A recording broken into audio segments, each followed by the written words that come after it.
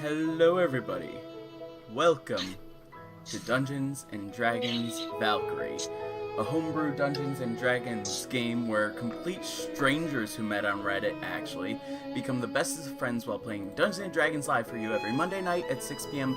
to 9 p.m. Central Standard Time.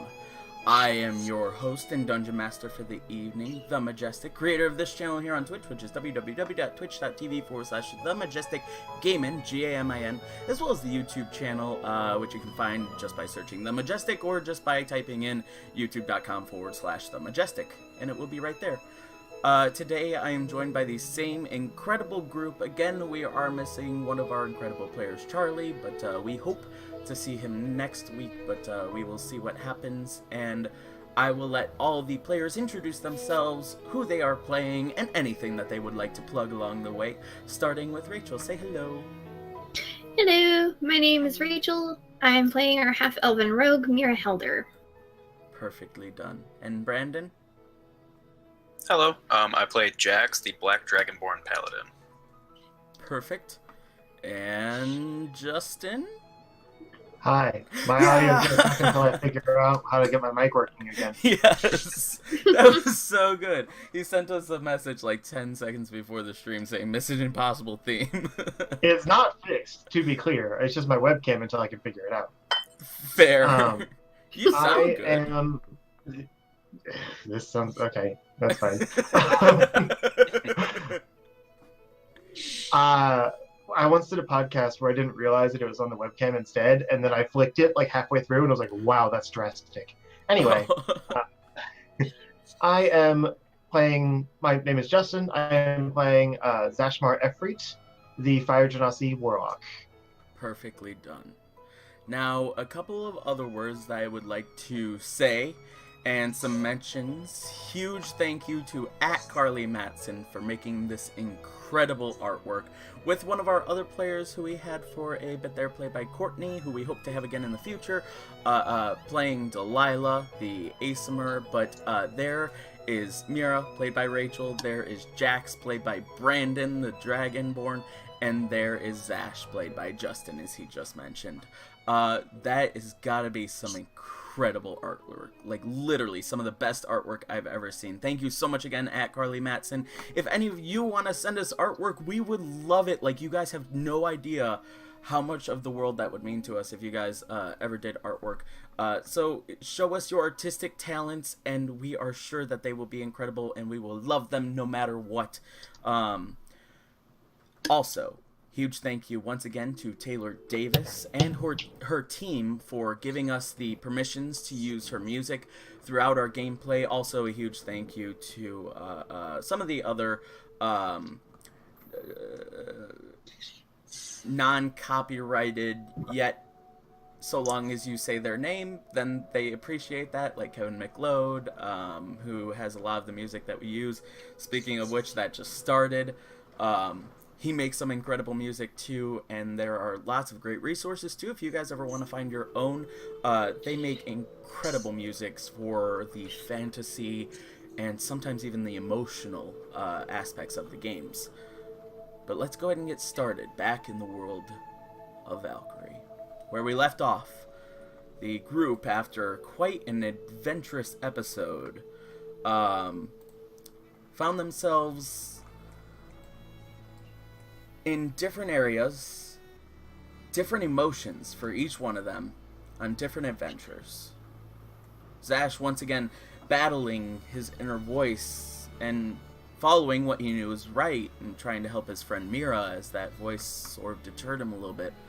Mira having to battle her own inner emotions and her past and her alignment, which he's sort of seems a bit sway on. After some pixies picked her up, they wanted to test her to see her resolve and her true alignment as to whether or not she was good or bad, and luckily narrowly passed, as well as Jax. The Dragonborn was carried away by still a rather unknown wizard named Grendel to his family. the mother of his child, sitting there on a bedside, or on her bed, as he knelt at her bedside, watching her take her last breath. After all of that, after death narrowly avoided by some of the players, and after some other players wishing that the death had maybe befallen them instead,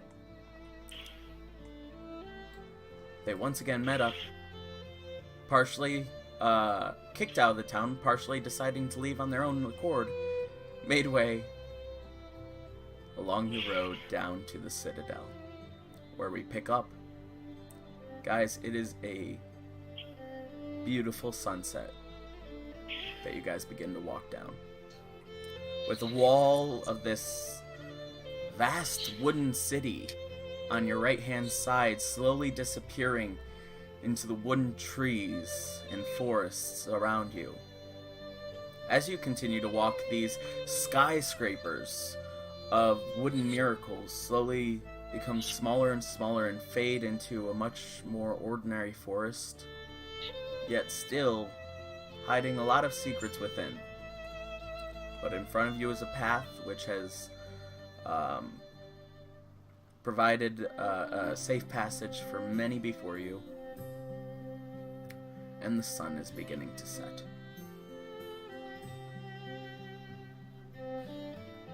I give the game to you guys. What would you like to do?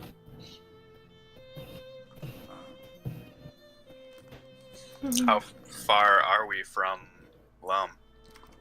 You guys are making your way out now. You guys have about a half an hour to an hour until sunset, until it's officially, like, we'll say dark and not just fading over the horizon. Okay. And in that time, you can get maybe a mile or a few. Okay.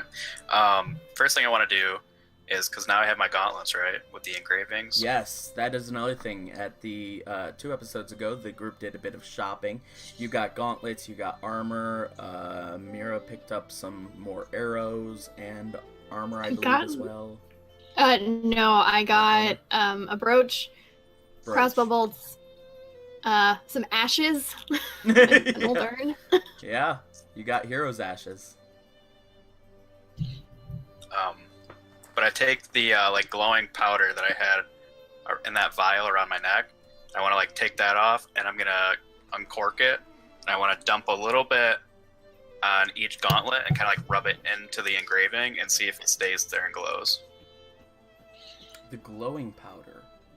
Remind me where you got that from? It's not the pixie. It was dust, from right? the Underdark. No, it was from the Underdark. It was just some random thing the mushroom. found. Yep. Yeah, it had like no actual like value, just that it glowed a little bit. Yeah, I just the thought it was glow cool. shroom. Yeah. Oh, that's awesome. Okay, so Yeah. you sprinkle it on, and like with sort of a glittery shine, they begin to let off their own bioluminescent aura, I'll say, more than a glow. It does give you a little bit of light. We'll say maybe about dim light for about 5 feet, but it's more so just a beautiful aesthetic of this blue-green fluorescence on the gauntlets than anything else. Awesome.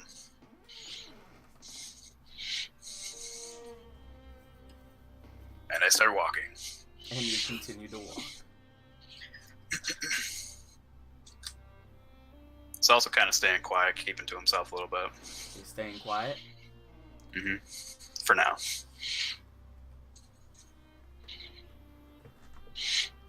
Is Mira staying quiet too after her encounter? Probably. She's just gonna keep walking.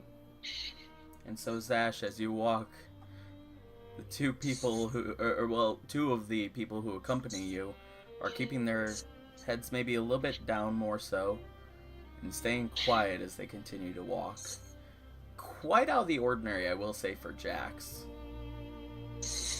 When you guys are walking, he'll usually not necessarily be like, "Ooh, look, a tree," but he'll And he won't, like, spill his guts either, or his true emotions, but he will make talk, even if it's as simple as nice weather we're having. This is a bit different for him.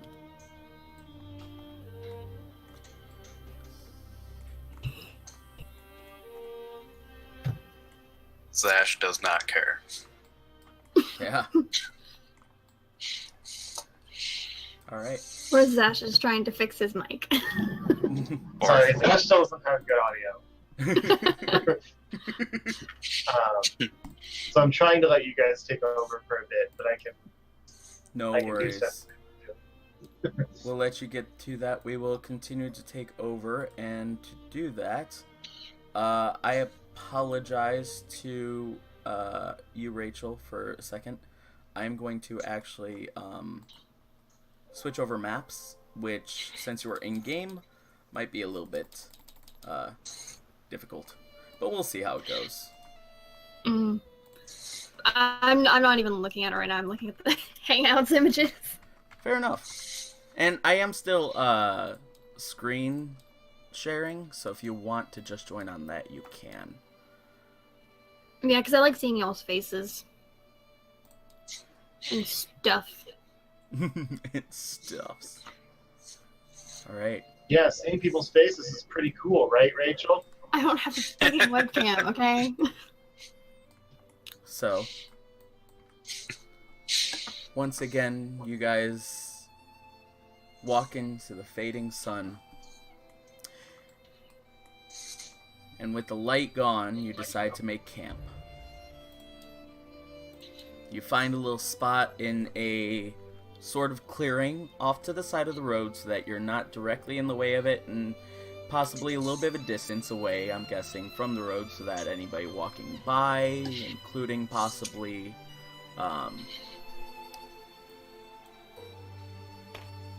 bandits or what have you, won't be too distracted by your presence, won't catch your eye too easily, and vice versa.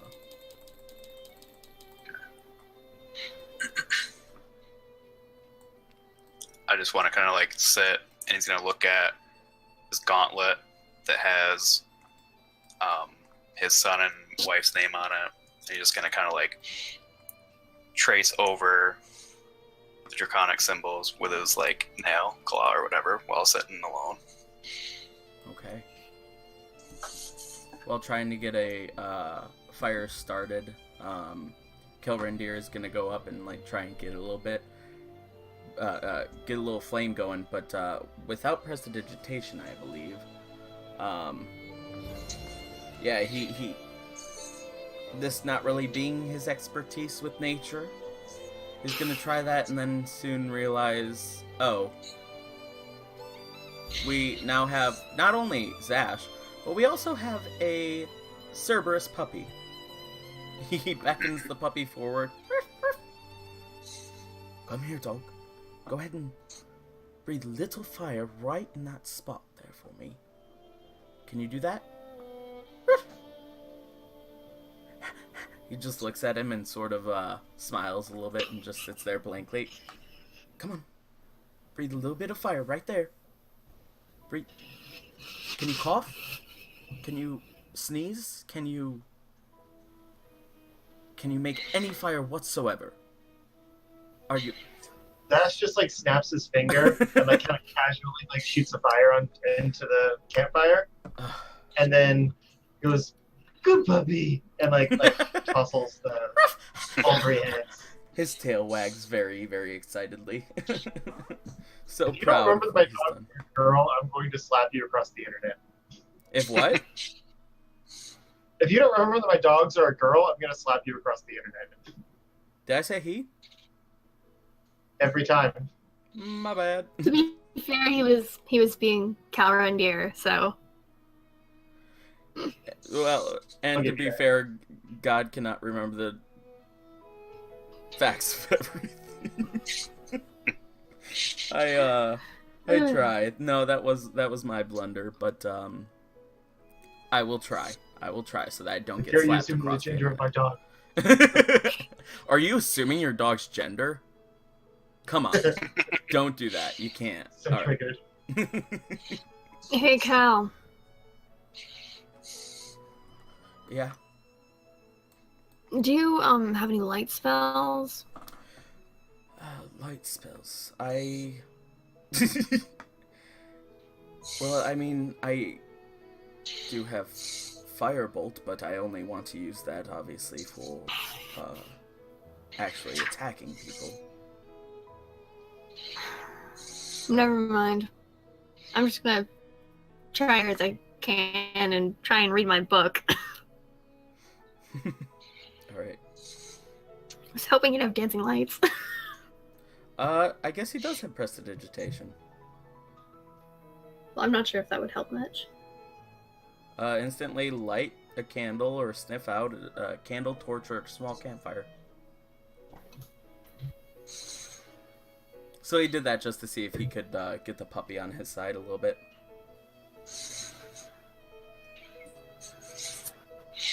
Why is it that you ask, Mira? He walks up to you as you begin reading your book.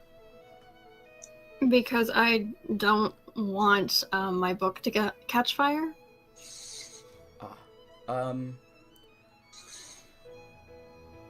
I can create a small, harmless light, if you wish, which I believe would only provide a little bit of light and not damage anyone or thing. That would be good. Kind of step back a little bit because he's weird. Okay. Holds out his hand just as for two fingers and trying to remember all the books that he's read.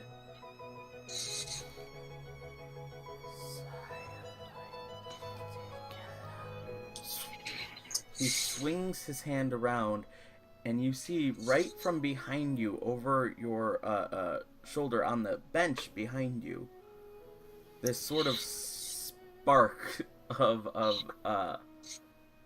shower of sparks just ignites and starts to flow downward. It's sort of loud, but you put your hand toward it, and it sort of looked like outside game. It's sort of like a sparkler sparks that start shooting down and forward. You put your hand toward it though, and occasionally they'll bounce off you, but no harm comes to you. Does it give me reading light? It does provide a good bit of light. I'll say dim light for 10 feet, sort of bright light for 5. Okay. You're welcome, he says, very proud of himself, as he begins to roll out his bedroll and sit down, open up a book that appears to be more so a handwritten, maybe diary of sorts. Maybe notes, maybe magic, but he starts to take a look in that and begins to write down.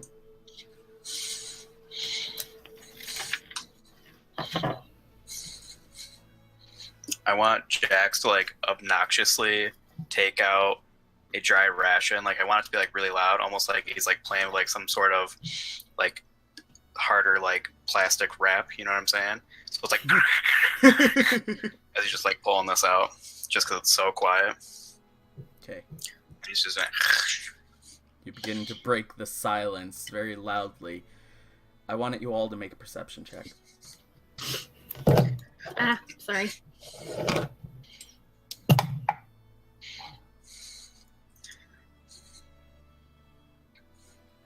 $13. 13 from here, okay.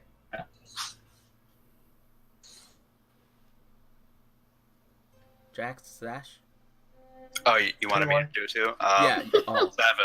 7 and 21. Zash? Sorry, Yeah, I know your mic isn't good. But yeah, okay. Just wanted to double check. As you hear the of the bag opening up, Zash, you notice from behind you a bit of a and some twigs snapping and leaves rustling. I'd say about 30 feet back.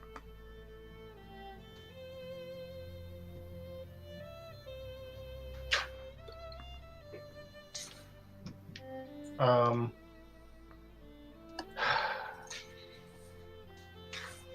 don't know. I don't notice what it is though with that. Make a nature check. Yeah, Or so just straight up intelligence. 17. 17. You recognize this growl. Sounds very, very similar to the dire wolf you encountered in the past. Oh shit. Revenge, motherfucker. Oh. Alright, so Zash is going to ready an action and yell to the others, I smell trouble. Or I sense trouble, I guess, technically. Either Get way, ready. they both sound cool and badass. Yeah. Alright, I want to climb one of the trees. you're gonna climb one of the trees. Okay. Yeah. Go ahead and make an acrobatics check. 17? Okay. Rather impressively, you guys watch as once you say this, Mira, her face quickly darts out of the book. She closes it, sets it down on the table, and just puts one foot up on the seat that she was stepping on, puts another one up on the bench itself of the table, and just leaps up toward a near tree and scurries up the side. As quickly as she jumps, she's just gone in the leaves of it. And I'm gonna ready my crossbow once I'm up there. Alright. So for quick pre-battle clarification, have we actually rested at this point? You guys have Or are not- we still at our last session health? last session health. Well, crap. You realize we're all almost dead last session, right? Oh, no, Actually, I'm still totally fine. Yeah, me too. It's just you. Cool. The wolves Cool. can smell blood. No. I didn't get attacked by the pixies. Yeah, and I no. just had emotional damage, nothing else. Well, so did I. To be fair, that is rather tolling. Yeah. Let's hope you don't have Non-lethal any... psychological damage. Yeah, let's hope you don't have any intelligence or wisdom fails. They're too bad. Sorry. What is that? Oh, okay. Alright, now... Oh, Jack just shoves the dry ration in his mouth and readies a sword. Readies a sword. Good. Just Go as for quickly it. as you're able to ready your sword, and Zash stands up warning everyone, you guys notice, as from the shadows, 2 direwolves appear. Ah! They're far Can I more use intimidating than they seem. Don't let their falling backwards fool you. So, Mira, you ran up this tree here. Which one? This one here. Oh, that one. Okay. So you're back here a good bit. Sash, you and the puppy are right over here. Kel is right here. He was talking to Mira. And Jax. These are big direwolves. I want everyone to go ahead and roll initiative.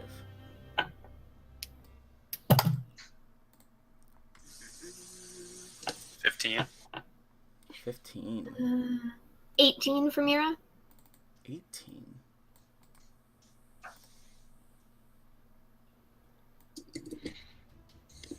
19. 15, 18, and 19. Very nice. Do I roll for the puppies? Yes. Yes, please.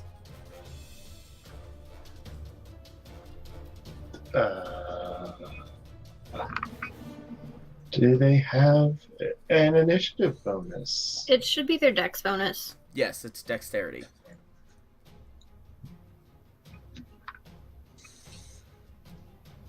These things are going to keep me alive. I have no spell slots. Do you have a weapon?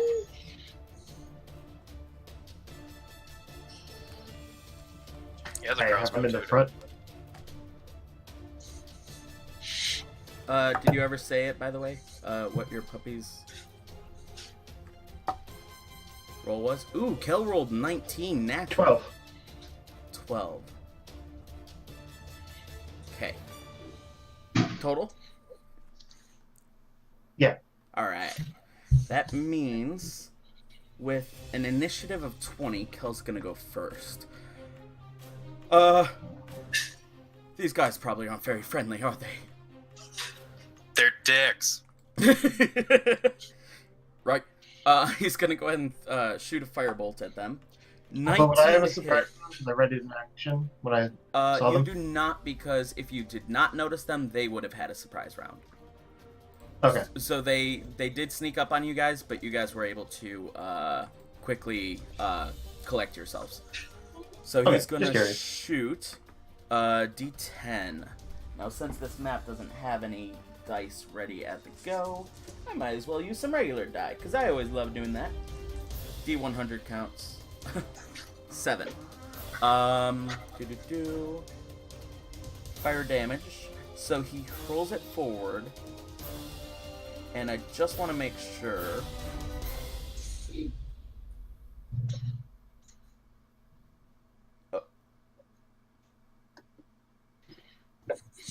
Yeah, it is a single target, right? Seems like it. Yeah. So right as Jack says that they're dicks, he goes, right. He quickly summons a firebolt, which sort of catches Zash a little bit off guard with the previous encounter. He hurls it sort of like a very quick baseball movement. He takes a step and brings his arm all the way around in a full rotation. It goes flying forward and explodes on one of the dire wolves. As he goes hit back and covers himself a little bit, but then quickly rears his head back around and lets out a growl once more. All right. Next up is Zash. Okay. Zash is going to use the action he already readied, which is Eldritch Blast, to attack the one that was hit by Kel already. Okay. Go ahead and roll an attack roll.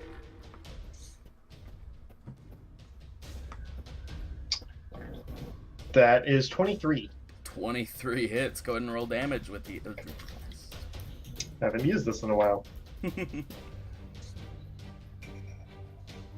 7. Yeah, 7. 7. Nice. All right. Would you like to do a bonus action or action? I'm going to back up 30 feet. 30 feet. Wow. Okay. Or, however much I can at least. That's your movement. For your bonus action, you can give command. No, it has initiative. Gotcha. You can still give command, though, as a bonus action, so that Puppy might know what to do, and she might know to attack, but we'll go 5, 10, 15, 20, 25, 30. Right back there. Actually, there, a bit more so. Would you like to do any bonus action, then?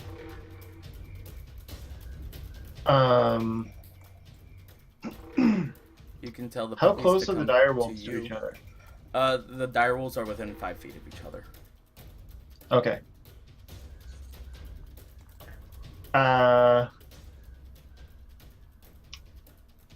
Is the puppy within 30 feet of them? The puppy is, yeah, just within 30 feet. Okay. Then I'll just tell her to hold. Okay. So with your turn, you hold out your hand, you hold out your entire palm as sort of a spark of white electricity flies off it and hits that same wolf as he once again retracts within himself, but then continuing to step forward, he's looking pretty strong. Next up, after Zash, is Mira. How far away are they from me? They are just about 50 feet. Maybe 60. Okay, with my Assassinate. I have advantage on attack rolls against any creature that hasn't taken a turn in combat yet. Oh, wow. Could I use that to negate the disadvantage on my hand crossbow? Because it's within 30 feet, you could. Well, my increment with disadvantage is 30 to 120. Yes. Okay. So you could negate So it would that just be a straight roll. Yeah, it would. Okay. Are you aiming for the same one that got hit twice or the other one? The other one. Okay. Go ahead and roll that. Are you using the Drow Poison Dart? Yes. Okay. And anything else that you want to add, be sure, guys, to let me know before the roll. 19. 19 hits. Go ahead and roll the damage. This is just gonna be 5 points of damage. 5 points of damage for Wolfie 2. Alright. And for my bonus, can I attack the same one again? You can, but you With need my to make a crossbow Constitution saving throw. Oh, yeah. 8. No, he's unconscious. If it's 5 or more, right? Yeah, unconscious if failed by At 5 13. or more. So 8 just succeeds that, doesn't it? No. 5 or more. That's 5. Right. Yep. Okay. Yep. Wow. That was very Second quick. wolf. Yeah. Alright, then I'll hit the other one with a Drow Poison Dart as well. Okay. Go ahead and make that attack. 12? 12 does not hit. You watch as well, do you want to do any other movements or bonus action? That was my bonus, and That I'm gonna was, stay in the yes. tree because of Yeah. my crossbow feet. Yep. Alright. So Jackson, Zash, and the puppies all watch as you out of nowhere, just a as it hits the dog, he quickly recovers from it, but falls down on the ground, unconscious. The other dire wolf looks at him, lets out a growl, and watches as another arrow comes hurtling towards him. He quickly jumps out of the way and lands on all fours off to the side as it flies right between the two wolves, the now unconscious one and himself. He is still standing, and that is the end of your turn, Mira. Next up is Jax. Okay. I'm assuming that at some point while walking, I would have noticed that Zash was hurt and probably would have healed him a little bit. I would not assume that, no. You wouldn't assume that me being the only healer would help heal him? Yeah, You didn't no, say but it. yeah, you didn't. He didn't say it. There was nothing at all brought up about that. That's why I was checking. I know, but I Yeah. totally forgot that he took damage last session because the rest Me All right, too. all right. We'll have you roll for that. Go ahead and give me just a straight up D20 roll. 15.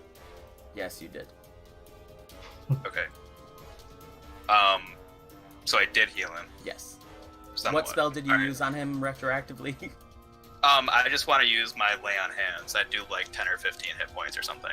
Okay, go ahead and roll for lay on hands, or is it just transfer? It just transfers. So do the amount. Is it 10 or 15 or what? I'll do 10. 10. All right. Thanks. Mm-hmm. I might not die now. I'm also going to use my bonus action to cast Shield of Faith on Zash, which gives him a +2 to his AC. Sweet. Okay. That's concentration, so if I take a hit, I'll have to roll to hold it. And then I want to walk as close as I can to the dire wolf that's still standing. All right. You move 5, 10, 15, 20, 25, and 30. You're within melee range. Alright, and I swing and I attack. All right, go ahead and roll an attack roll.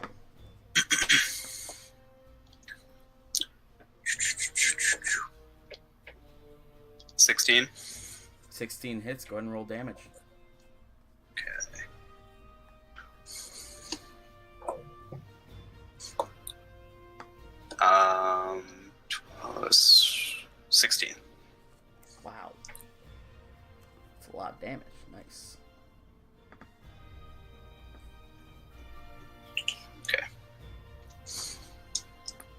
Alright. So you throw your head back, and over your shoulder, you hold out your hand in a palm. As the light emanates from it, you guys see just an aura shine around Zash's form. His already glowing form, might I add, from the heat of battle and the heat of himself. He has lit his head on fire, and you guys just watch as this protective barrier just moves around his body.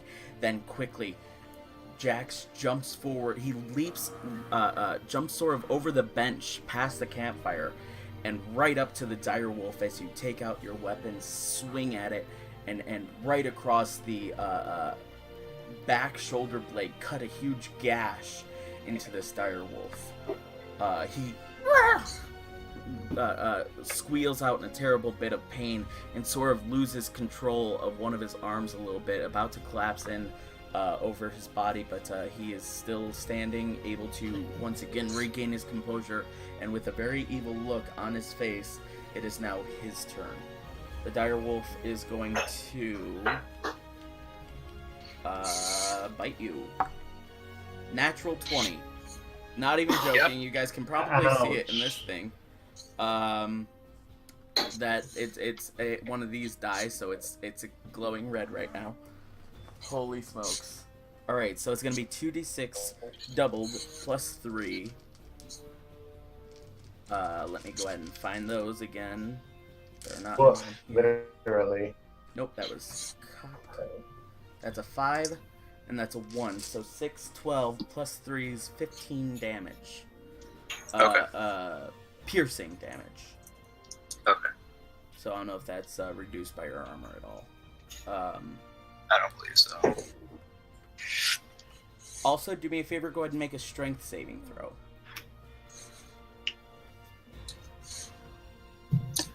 Do I add my modifier to it or no? Yeah, your saving throw modifier. So if you you might have a bonus. 19. 19. Okay. So you're able to withstand as this direwolf jumps up on its 2 hind legs and lunges forward, biting into your arm. It's able to get a good hold on it and sort of sway it around back and forth, really digging in, and not just that, but just opening the wound with every sway of its head. It then, knowing that it's not going to be able to push you back, jumps back down and takes a defensive stance, and... I also have to roll for concentration on Shield of Faith. This, I don't know what's up with this glowing die. That was just for a decision, but I got another natural 20. Waited. Yeah. Must be. Oh, now it's a natural 1, see? No, you know what? I feel like this one is my gut. And this wolf, seeing you standing there strong after that hit, seeing its friend unconscious, possibly its mate, who knows? This wolf is gonna quite literally turn tails and leave. Wow. It's gonna try and dart away. You get an attack of opportunity if you wish, as it tries to run. Oh, I do. I wish.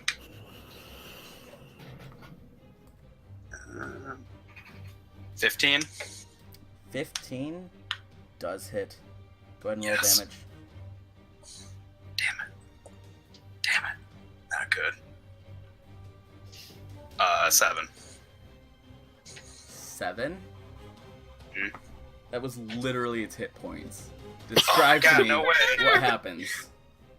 Alright, as soon as he turns, my scar on my neck from the first encounter tingles a little bit. And I'm like, no. I just wing my sword down one more time, chopping his head clean off. Asshole. Wow. With your wolfy senses tingling. The glow of it, just in the campfire light, Zash and Mira, you get a small sight of it too, as well as Kel. Watch as this cleaver of a knife just glows and shines for just a second as that campfire light passes by, as it cuts through the night air, moving down and slices off the wolf's head clean. So much so that it seems like for almost a second, that wolf just stands there, stunned. But then all of a sudden, that head drops down to the ground, and the body thumps over. Awesome. All right. The Fury looks really horrifying. You do what? I want to attempt to skin it. I'm gonna get out of the tree. Yeah. Mira slowly Shouldn't hops down we out of the tree. kill the unconscious one first? He's unconscious for a few hours, so I feel confident I can still skin this thing before he wakes up. Is it? And I think it's just 1 hour. I think Zero it's an hour poison. too. All right, fine. I go over and I stab the other one. I would like to stab it too with my poison short sword, just because I don't know how much damage you're gonna do. Yeah. No, we'll say that you guys, throughout the process, shove a good number of stabs into this already unconscious, poor, defenseless dog. As you guys just bleed it dry, putting a number of holes into it, making Swiss cheese out of this dog. You watch the life and lifeblood drain from it. Yeah, I was just gonna say, I'm picturing us just sitting there like. Don't get back up. It's like And Zash is trying to hold like his hands over all of the puppy's eyes. yeah. One head keeps poking out to I am very glad you did, because this is I literally thought of this. Yeah, that beheading of the other dog was rather sort of not necessarily traumatic, but it was something for that poor puppies to see. Yeah. I'm gonna go back to reading my book. And I'm gonna skin both of these wolves, or attempt to anyway. All right. Gonna continue training the puppies, I guess. Oh, you're gonna train the puppies. It is night now, though. Again. Wear them out for bed. It was actually a good call. So you begin to train the puppies once more. Sitting there in the campfire glow, you guys all see Jax skinning the dogs. Jax, do us a favor, go ahead and make a survival check. 14. 14. Okay. The hide doesn't come off as cleanly as you've seen some other people do it. You haven't really had much practice yourself. And if you have, it's always been small creatures. But you really decide to take your time after a few nicks and cuts here and there on the wolf hide that you weren't really planning for or trying to do. You decide to take it a bit slower, take your time, and really think about each move that you make, and you're able to get a pretty decent wolf pelt out of the first one. Nice. It's gonna become a new cloak, asshole. Are you going to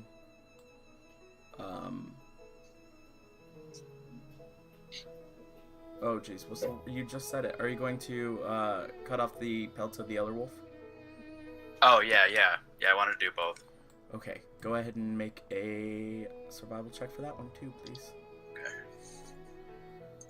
Actually, yeah, way better. 20. 20. Alright, learning a good bit of lesson from the first one, as well as with the second pelt. There are a number of holes in it now. You're thinking, how do I work around this? And when you guys did kill it, you thought a little bit about the placement so that it doesn't ruin the pelt too much.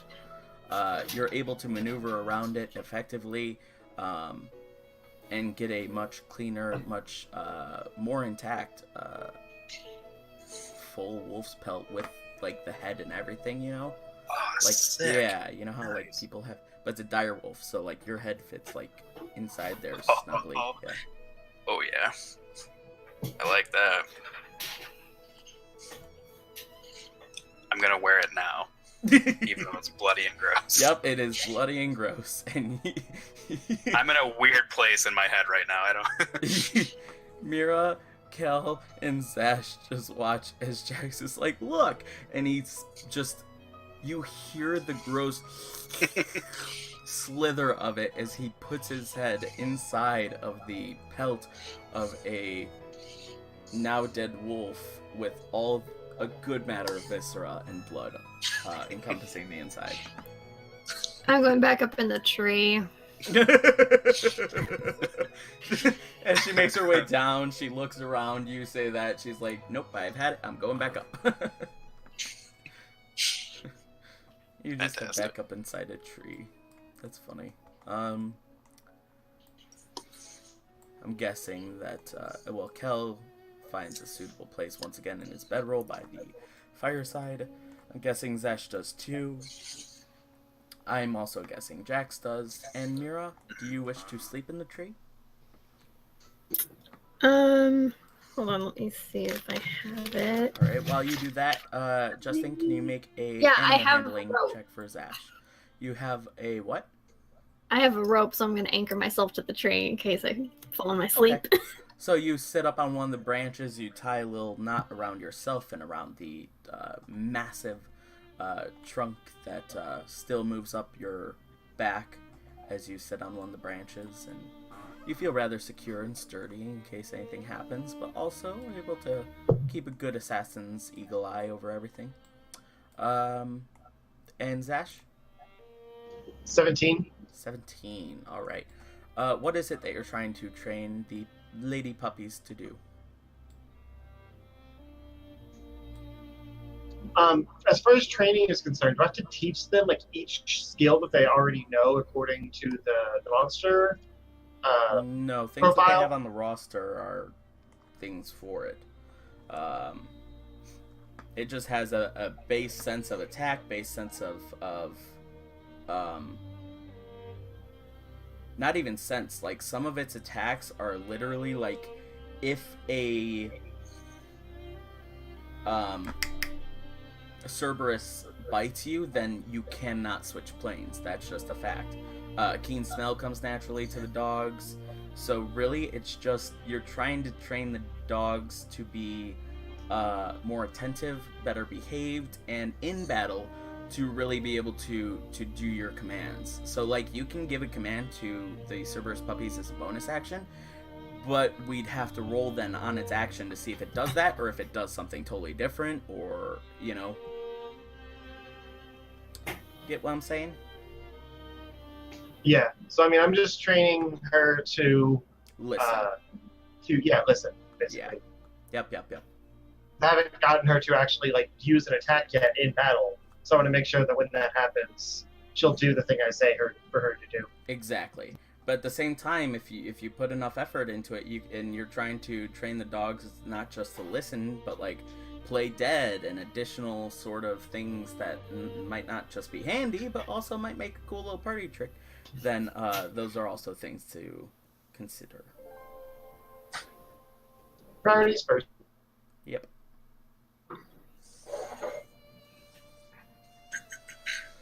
All right.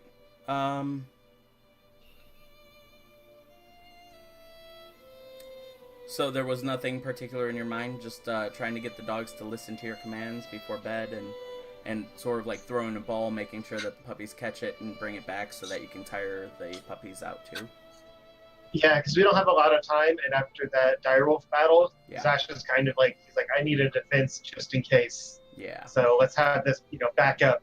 If I don't have any spells or anything, I can rely on the dogs to actually attack for me. All right.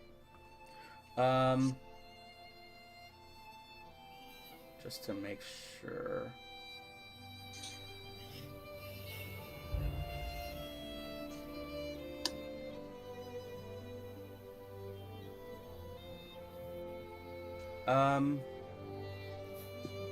Yeah, no, that's not that. I'm trying to make sure that Kel doesn't have any healing. He does not. Alright.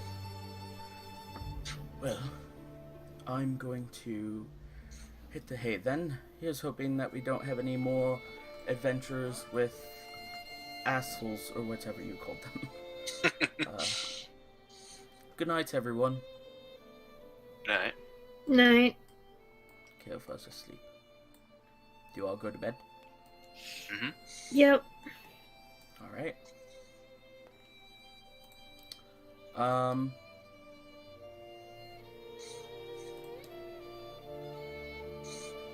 let's see.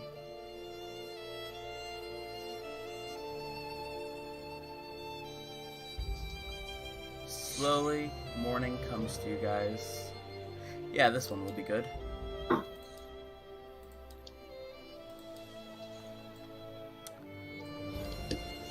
Slowly, morning comes. The fire, smoke rising up in the air, and the scent of the bonfire filling up every square inch practically. But mixed in with that natural wetness of the morning dew, you guys come to consciousness. Everyone is around you. Everyone looks safe. Everyone is slowly, groggily waking up and taking the crusties out of their eyes. And you guys have another day of adventuring in front of you. Do you guys want to do anything for breakfast or anything?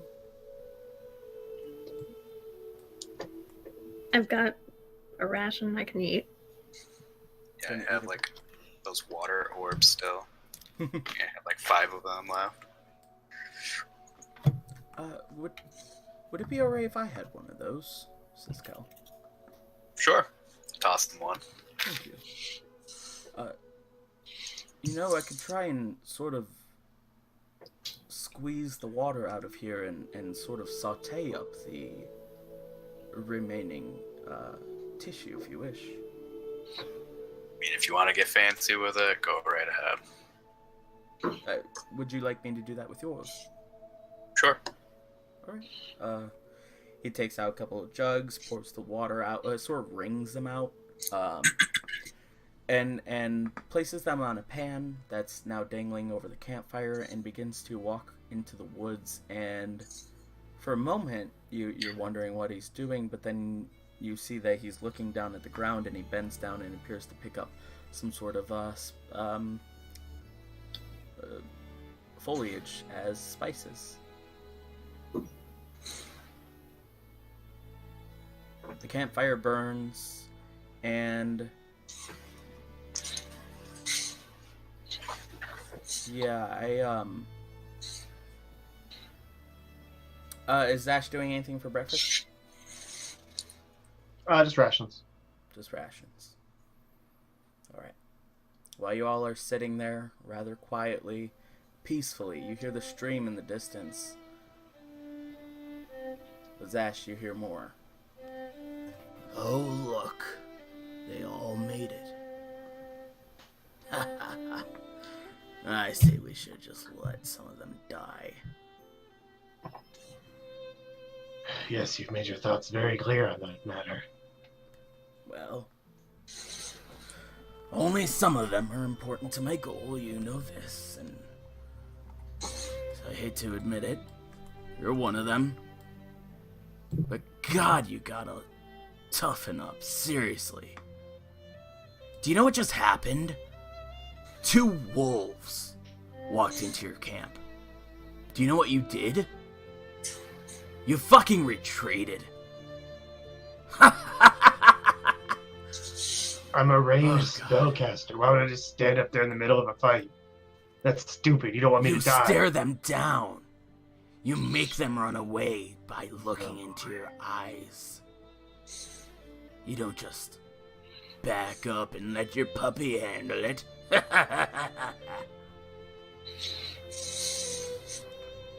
I didn't. I attacked. The puppy didn't even fight. You're right. Those simple, pathetic mortals did all of it themselves. At least that puppy's from the same plane as you. At least that puppy has an inkling of the power that you have. But no. You and the puppy did not do a thing. You're right. I'm wrong.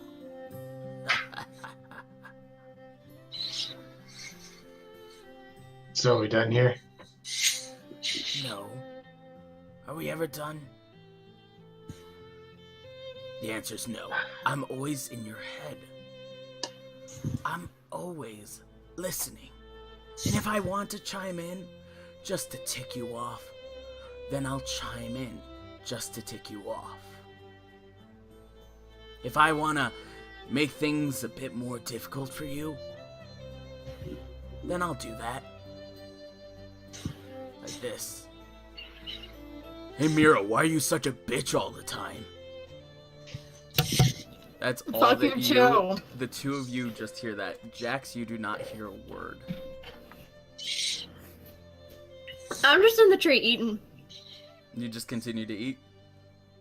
Fuck you, dude. I'm just keep eating. You say fuck you to Zash. And he just... Wow, that didn't... Nice try. That still sounded like me. Yeah, that really backfired on me. Okay, anyway.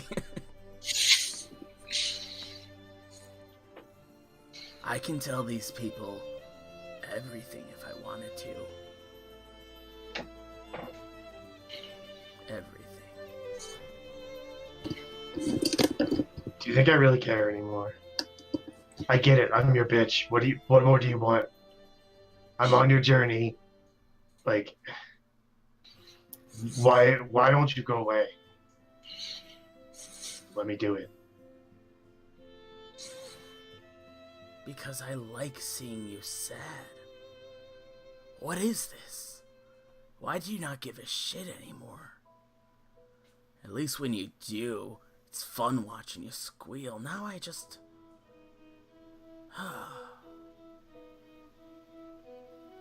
Because you clearly decided that you have all the powers. There's nothing I can do anyway. There's no point in fighting. You'll stop me. There's no point in laying down and taking it. You'll revive me. And are you speaking like the demigod that you claim to be? You have all the power. I'm helpless. I didn't say I'm helpless. I just said I'm going along with it now. Because the sooner we finish your little project, the sooner I get my head back.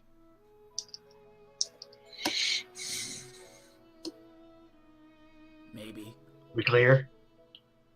Maybe. I'm surprised you're not curious as to where we're going. As to who we're killing. I've always been a hired hand. Doesn't matter who, doesn't matter where. Just matters that I'm told. Usually I'm paid for it, but getting you out of my head is payment enough for this one. I'm really glad you have that attitude. To be honest with you, we don't have to kill anyone, but... Hell, be a real bonus if you did.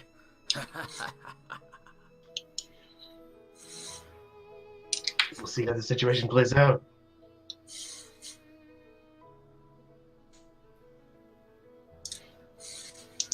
Enjoy your rations. As it slowly fades. Alright, well, I think I got enough spices, he says as he comes back with the, now like 2 full handfuls of just leaves and stuff. And aside from, the rushing water, Jax, you have not really noticed or heard anything. You've just been sitting there in silence, and, Kel walks up to the burning bits of rations on the campfire and puts them in the leaves and stuff. As an additional sizzle gets let out, and you watch as a good bit of moisture comes out of the leaves, and a very nice aroma fills the air.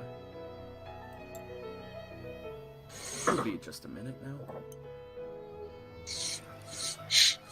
So, how have you been, Jax?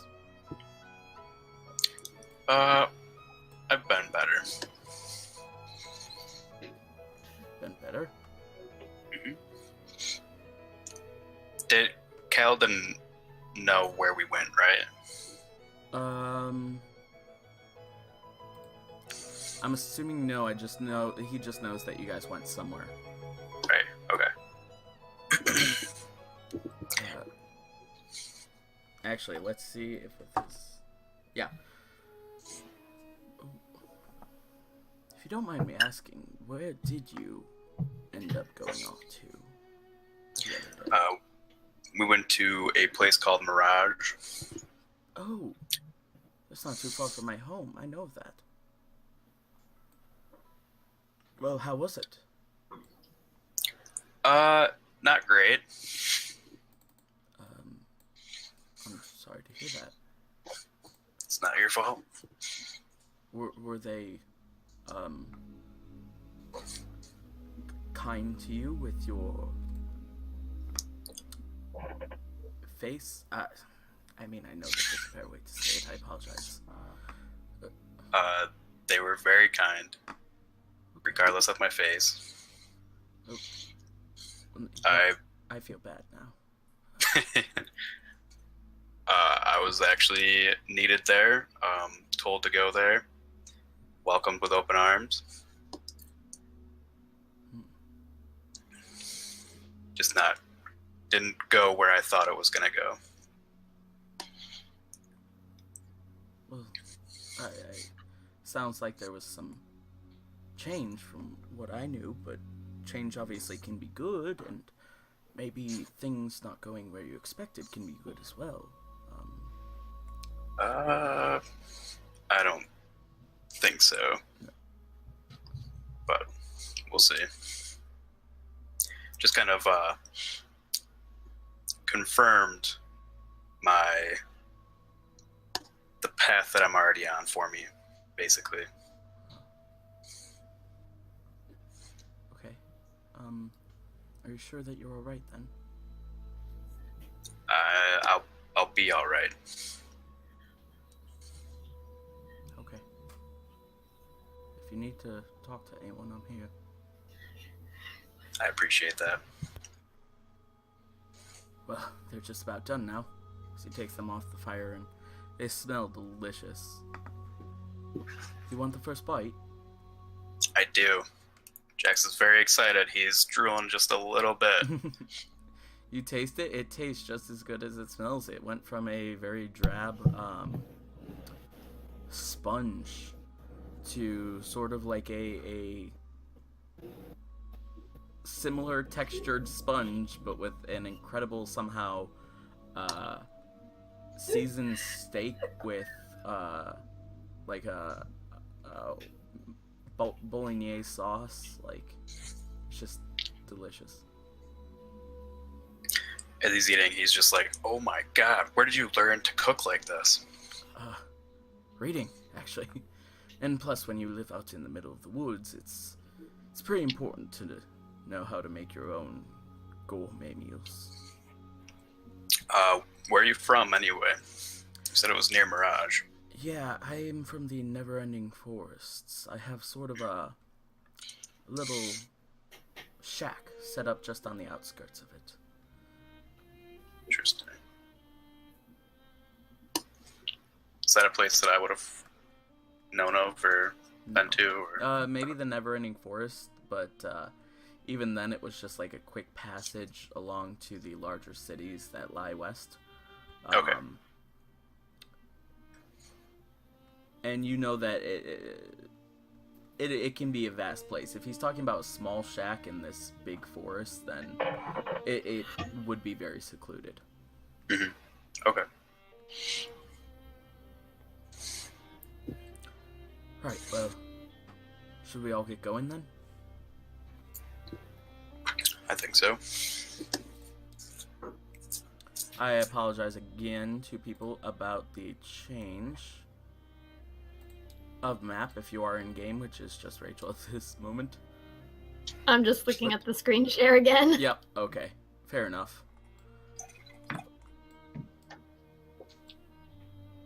Get the frills. There we go. Alright. Not that. You should be locked. There we go. And, you guys once again continue along the path. Hey, Delilah's back. Yeah. Magically and randomly. And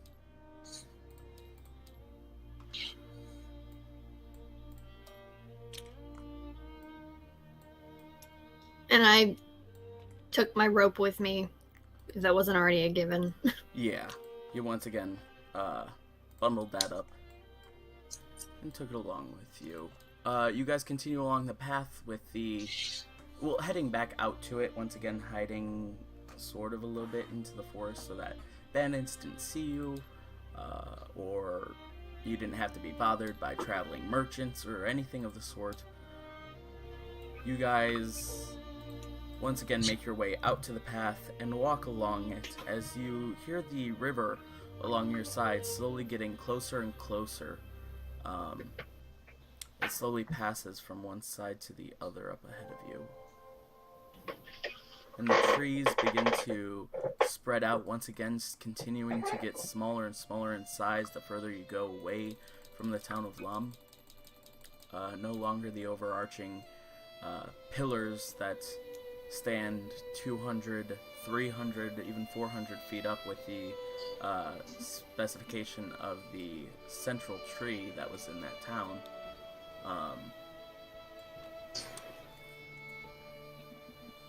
You guys walk along. An open path in front of you, for the most part. And off to your side,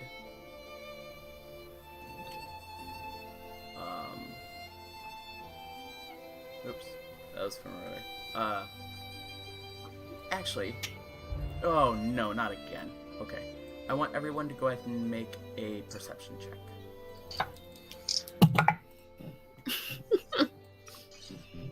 3. 14. 12. And 12. Okay.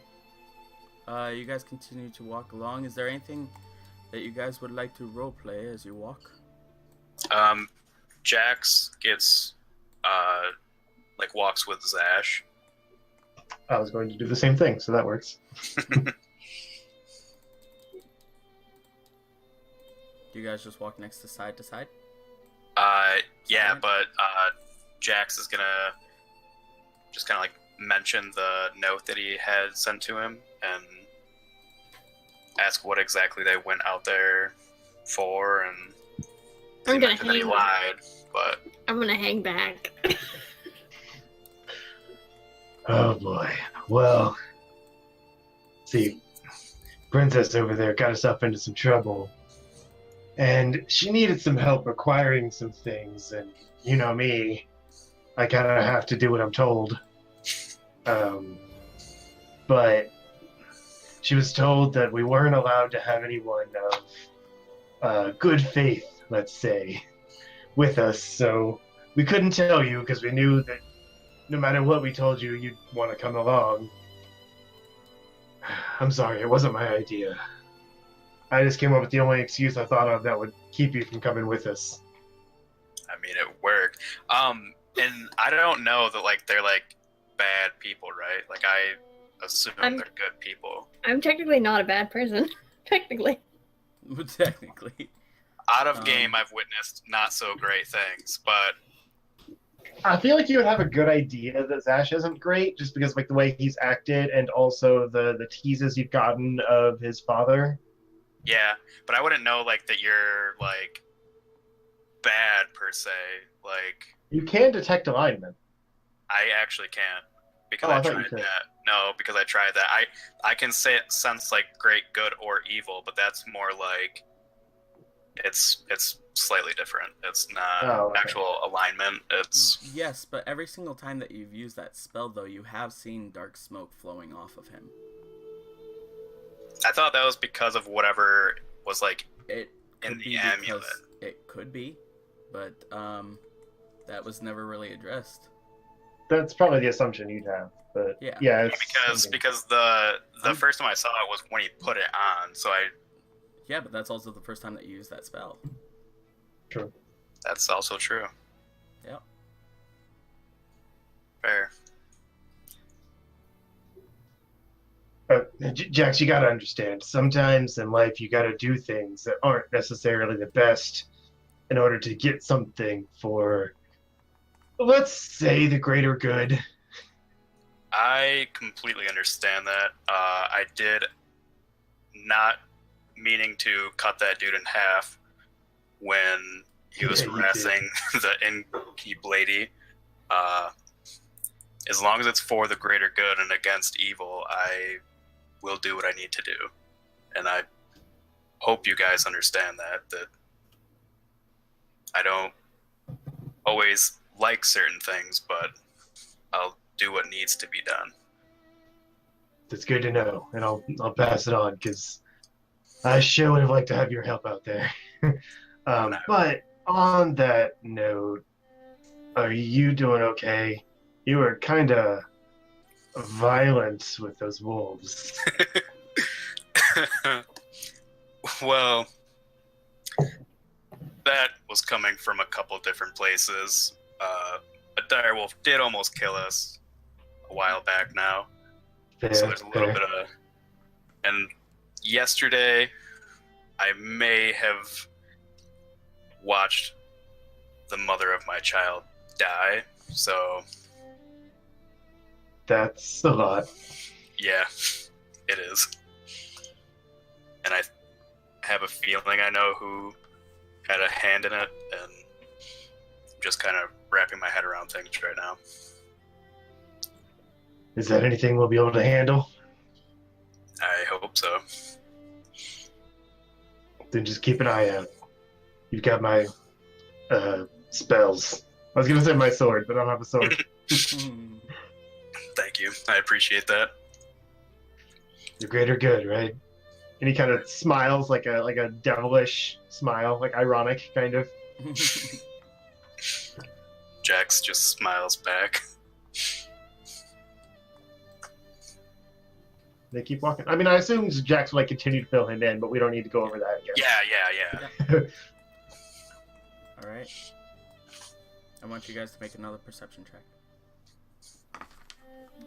To be fair. I do want to note that you probably know this, but the puppies, it sounds like it's a passive perception, but it says can pinpoint by sense the location of any soul within 30 feet. I assume they're kind of always doing that. Yeah. But, okay, yeah. Anyway, that's a 23. 20. 8. 20. You were the least perceptive rogue I've ever heard of. I don't have proficiency in perception, so all I have is a +1, and it's driving me insane. Oh, Yeah, jeez. that's fair. I put it in investigation, which kind of makes more sense for a rogue for looking for traps. 'Cause that's investigation checks, but You guys It's killing me. notice in front of you what appears to be some red spots on the pathway. Sort of drops of red spots. And far off in the distance, Sash, you can see that there is sort of a smearing trail of blood leading from the path.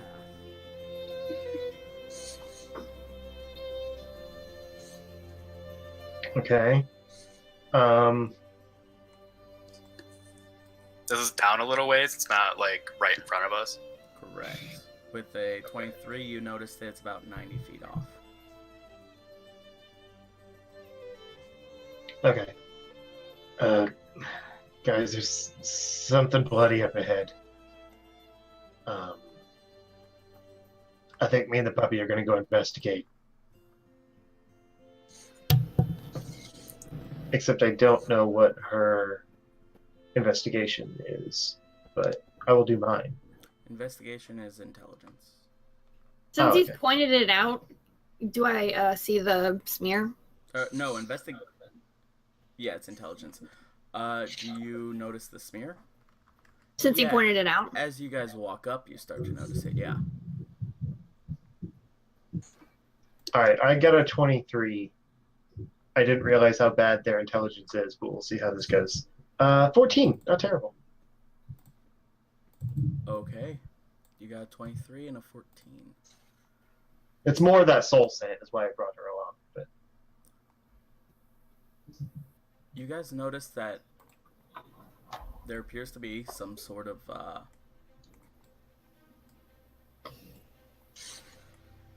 red liquid with intelligence. Yeah, you can tell it's blood. That leads from a trail off to the side into sort of a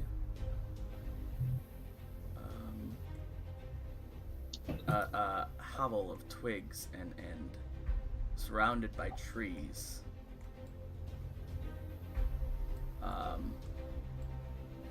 This appears to be some sort of makeshift, miscellaneous nesting area. Oh shit.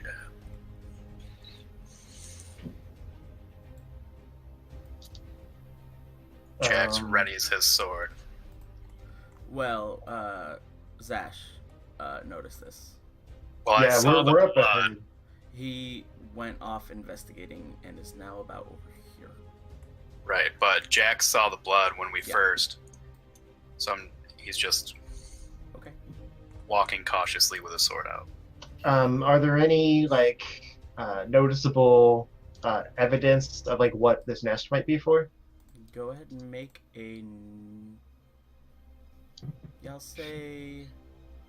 Which is higher? Nature, nature, survival, or intelligence? Just straight up. Survival. Go ahead and make a survival check.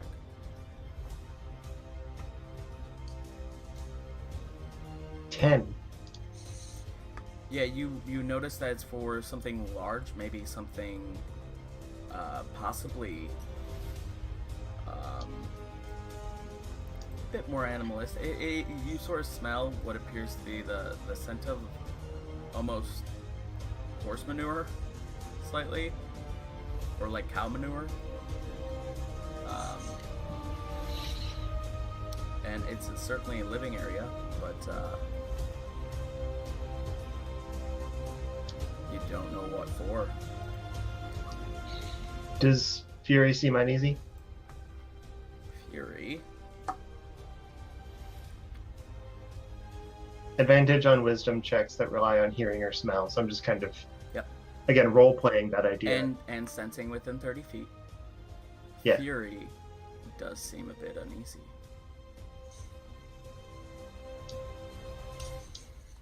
Okay. Zash is going to... Are you saying that, Brandon, are you saying that Jax followed up behind Zash then too? Yeah, not right up on him, obviously, because he noticed things first. And Yeah, who stayed on the trail? Mira stayed on the road. Stayed on the rail, then Kel stayed with you. Alright.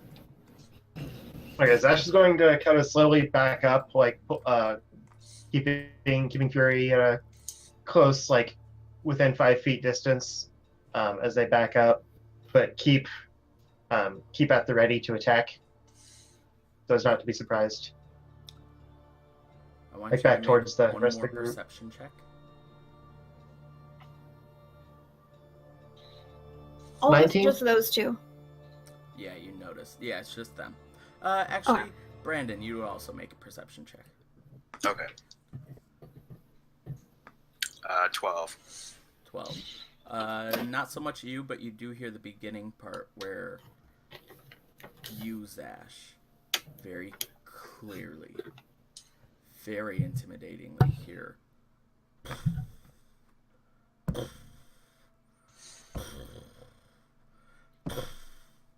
And you see, up above you, behind a clearing, up here,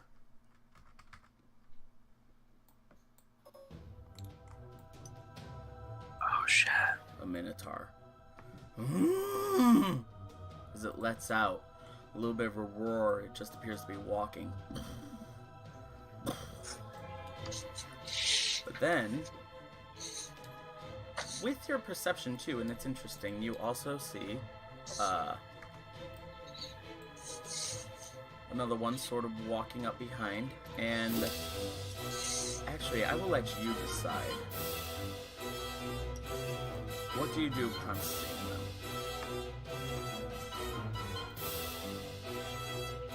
Do they see me? Nope. How big are they? They're both at least twice your size. Dang it. Okay. You are fully rested, by the way. Yeah. I was just gonna do my old disguise self trick, but I can't get that big. I am going to just continue going back towards the group. Okay. But without a weapon. Because I use spells anyway, so I just don't want to have a weapon drawn when they get up to us. Yeah. They're not moving toward you. Okay. Well, just in case. Yep. With your perception too, okay. So you decide not to attack them. And as you back up, you notice that they're heading over toward this tree over here. And sort of moving close together by this area. You decide to quickly and quietly speed walk your way out of there. Ruff, ruff. The dogs sort of part, being a nuisance, but the Minotaurs do not notice, and you catch up to Kel, or Zach, or Jax. There we go.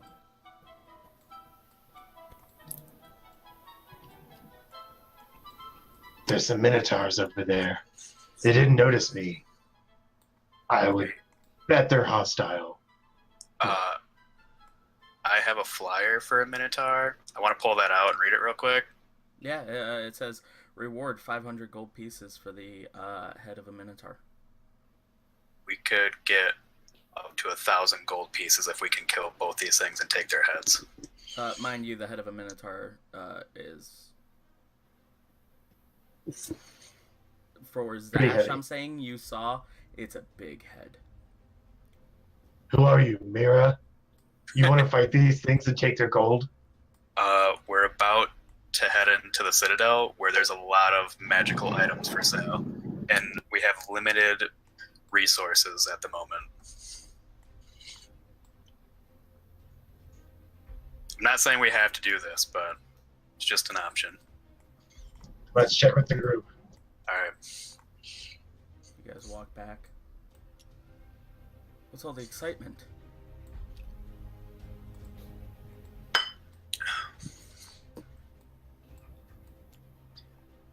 I show them the flyer and say that there's 2 Minotaurs out that way. 2? Jesus. How big are we talking? Like twice my size. I look at you, who you're at least a good head taller than me. I'm not sure that's a good idea.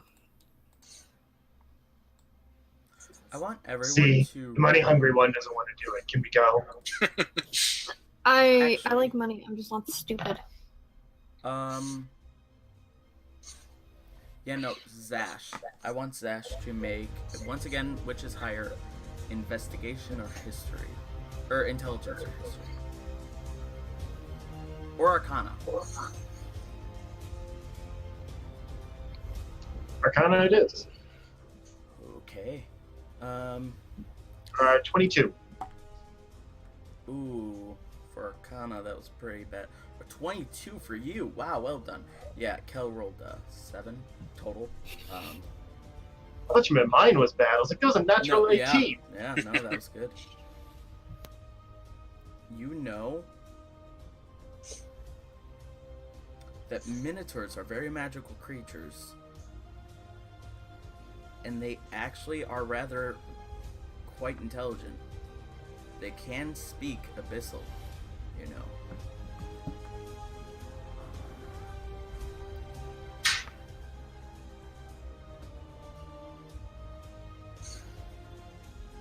So I just go up and ask for their heads then. Obviously. Well, are you share using this that information with the rest of the group? That I could talk to them? Yes. I can't. I know Common and Primordial. No, okay. By you saying you can just go up and ask for that, I thought that you meant that you have to speak Abyssal. No, are you sharing then with the group that they speak Abyssal? Because you're the only one who knows this. Oh. No, I was just making a joke. Gotcha. Yeah, I'll let them know. Gotcha. All right. Oh, no, I don't think I speak Abyssal. I don't. Not me. Well. Do I know the voice in my head can speak Abyssal? Good question. You know that the voice in your head speaks Common, Draconic, Dwarvish, Elvish, and Undercommon. I thought you said Abyssal. Well, this is what I read in the past. Common, Draconic, Dwarvish, Elvish, and Undercommon. Actually, who speaks Abyssal again? I can't remember. Fiends, right? The Fury understands Abyssal, but can't speak. Does anyone have speak with animals? No. Nathara did. Yeah. Yeah. Oh, maybe Nathara is the one who spoke Abyssal. I don't think she did. No, she spoke Dwarvish. Dwarvish, gotcha. Nathara? Mm-hmm. You spoke Dwarvish? Nathara, what are you doing here? Wait, what did She's at the kitchen table Delilah being speak? buzzed. That's what she is.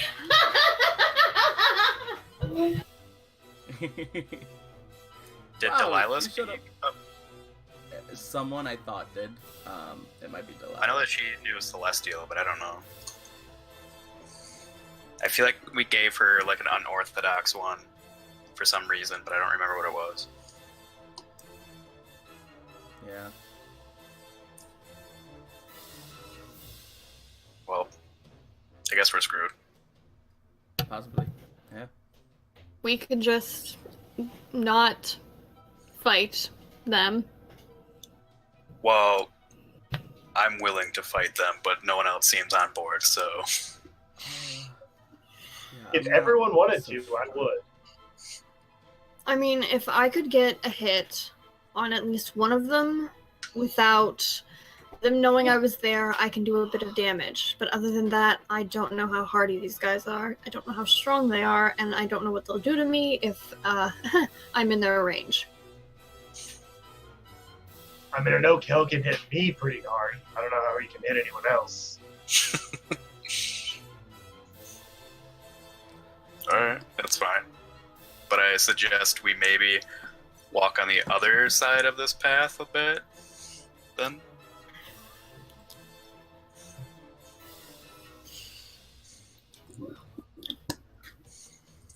I need to roll something. Great, they heard us talking the whole time. They're gonna come over and kill us. I need to roll a second something. All I'm saying is, if you guys get my dog killed, I'm killing all of your actual people, not your characters. Your puppy's literally the strongest one in our group. Yeah, but she's also small. Rachel, did you ever find out, or / did you know, and did you say anything about what language Abyssal is spoken as in D&D 5? Oh gosh, because I was looking up earlier because of I was thinking of making a demon hunter, and I couldn't. I think Abyssal is for. Oh, you cut out. Yeah, yeah, right. I think Abyssal is for more demons, and Yeah. Infernal is more for like devils. Yeah, because I think But I tieflings can't can remember speak which one. Abyssal, right? They can either speak Abyssal or Infernal, depending on This is Earl. what they choose. Oh. I think you can pick one. I can't remember. It says, well, at least on like Wiki, it's saying that the script is Infernal, spoken by demons. So I was just on Wiki, and it said something very interesting that caught my eye. It says it has a form of primordial. So I could probably speak conversational Abyssal.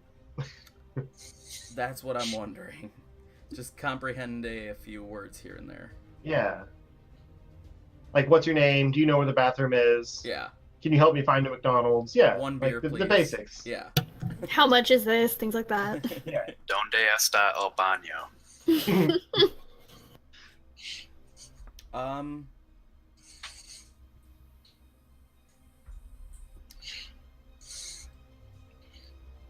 But if you guys don't want to fight these things, we want to try and talk to them because it could go very bad. What's the benefit of talking to them if we're not going to kill them? thank you.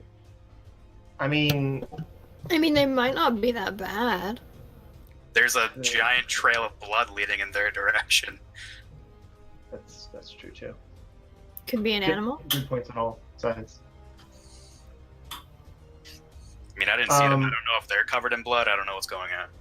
No, I would not say that that's that, but the other thing that I was thinking about was... So yeah, I would not say that they, since you can understand Primordial, that you also understand Abyssal. Because it is a completely separate entity on most sources. Yeah, that's fair. I can use Charm Person on 2 people now. See, the thing is that the Minotaurs are coming out of the woods now. And they have noticed you guys. What would they... What is it? You can use Charm Person too.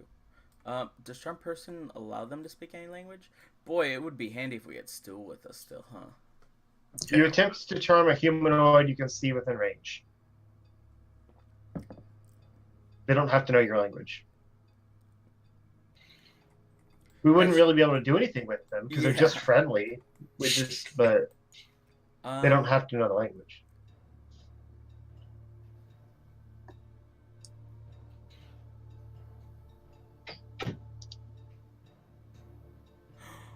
Yes. Okay, so they would. It's very interesting. As Zash just told you that they speak Abyssal, Mira, you notice quickly, they come out and in this roaring, nasally voice, they speak in Undercommon. Stay away from us! We don't want any more trouble. In Undercommon, I say, what kind of trouble? The kind that led to the slaughter of our entire clan. Yeah, Jax. I can't understand them. That was just me. Yeah. What happened to your clan? What do you care? If you're not the cause of it, then just go. I'm naturally curious. This one is speaking. The other one has not spoken and is just standing there. Our clan was wiped out by so many drow. And a number of elves with them. And humans.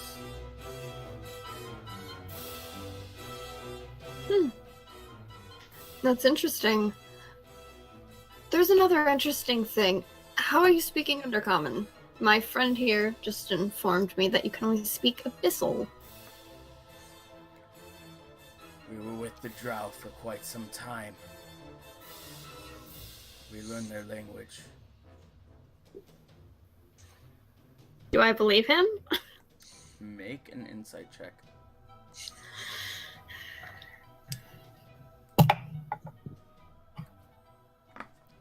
13?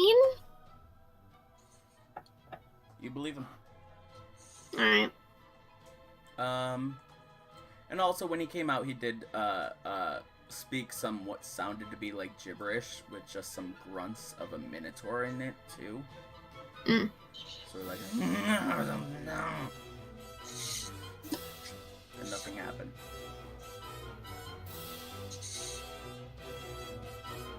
Do you know why those people attacked you? All I heard was they had orders. Did they wear any affiliating clothing? Anything all the same color?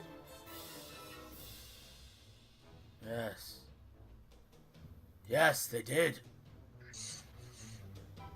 the humans and some of the elves, they wore blue with a shield of sorts.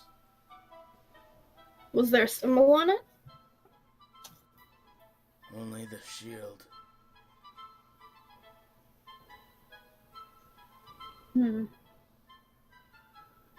Please. Just leave us be.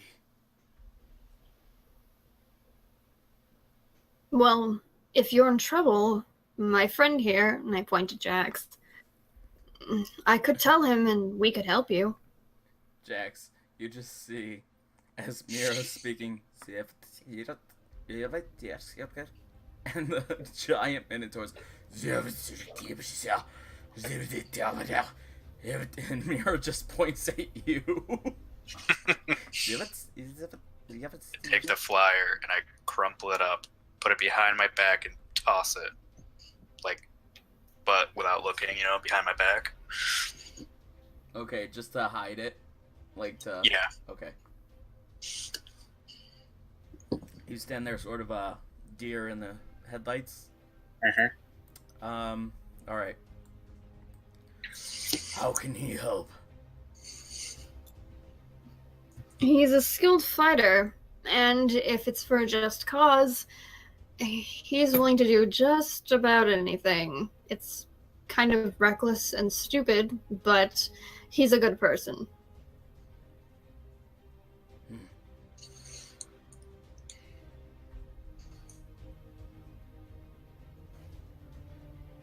All we know is that they came from the east, the direction that you're heading.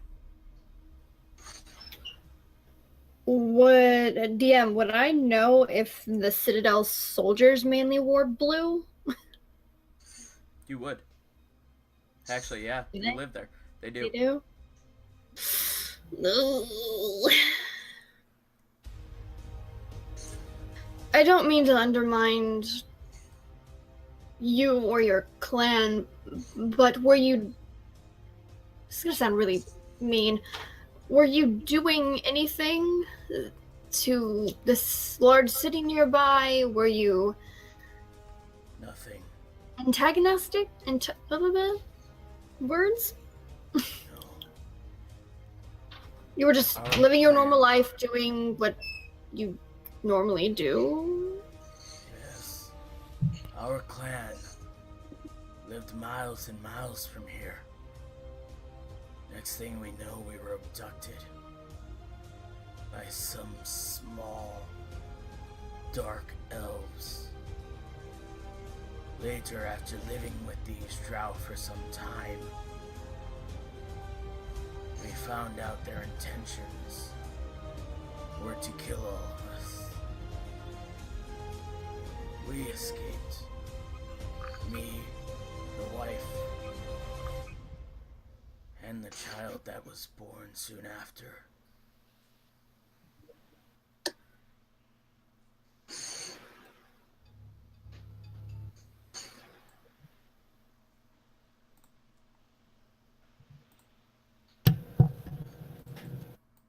How much do you think the know- head of a baby Minotaur is worth? They seem easier to kill. And they're You smaller ass, and easier to alright. carry. Yeah. They're probably Luckily, I small, can't hear any of this. That probably is very lucky. What did you say, Mira?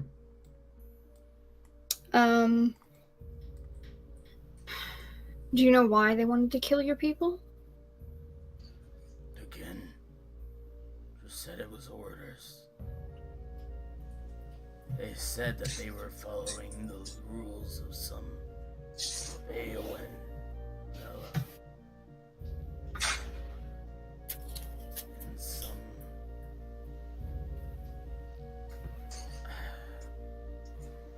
I don't know the word.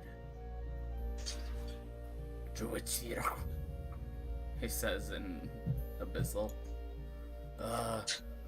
Wealthy and powerful individual. And what was the name of that person again? Just so I have it dispelled. Which one? The leader or the one that he's about to say? First Aeon. Eowyn, Eowyn, who is Lord Eowyn, the W. democratically elected Jarl King, in parentheses, of the Citadel. Oh god. And the word that he was searching for, by the way, because I was about to say it anyway, aristocratic fellow that he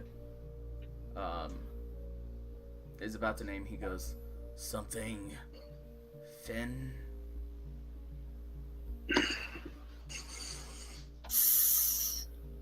And you said he was an aristocrat. He didn't say that. He just said a rich individual. A rich man. Rich and powerful. This just got interesting. I think I like you two. Not many like us. Well, I mean, what's not to like? You are very tall. You look very strong. And you seem to be very adept to living in harsh conditions. Everyone assumes we're monsters. People have been killing us and chopping off our heads. We just assume people didn't like us very much. All people. Well, those people are assholes.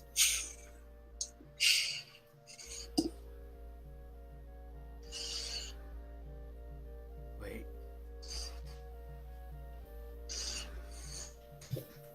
You seem to know a bit about this.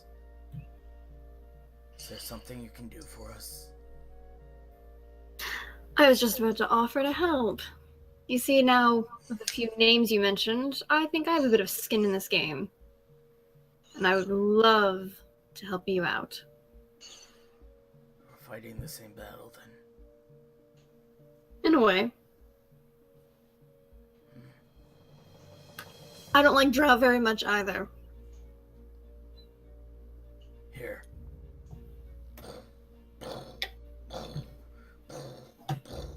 He starts I'm to gonna walk closer. forward. I'm gonna walk forward just so everybody else doesn't get scared. Startled by the... yeah. Just 'cause coming he starts- towards me. You walk up and they just watch as now... Yeah, no, it's 3 times your height. Oh my god. This Minotaur stands in front of you. 15-foot You tall all watch Minotaur. as she just continues to speak. Yep. He reaches into one of his pockets and pulls out a bag. A satchel.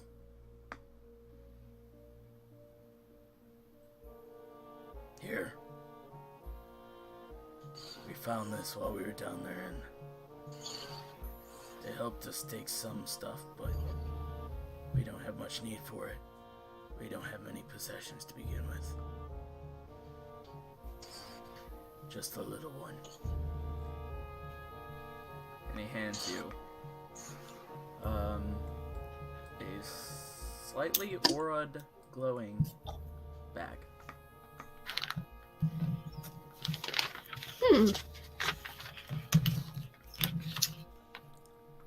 Thank you.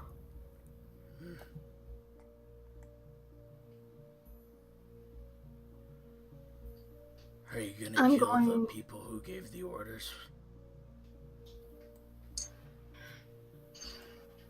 The first one he said was Eowyn, who was pretty much like the leader of the capital, correct? Democratically elected lord, yes.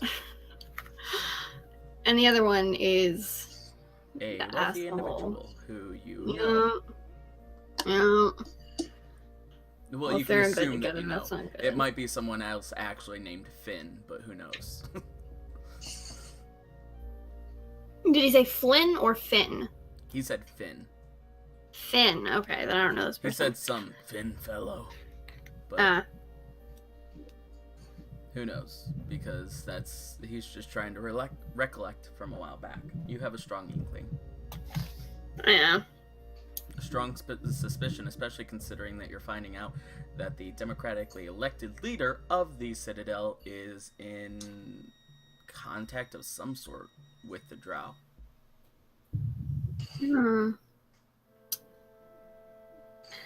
Well, I'm gonna go talk to my friends, and we'll see what's going on. Okay, we'll be here. And what is your name? My Before I name go. is Talos. Talos strong move.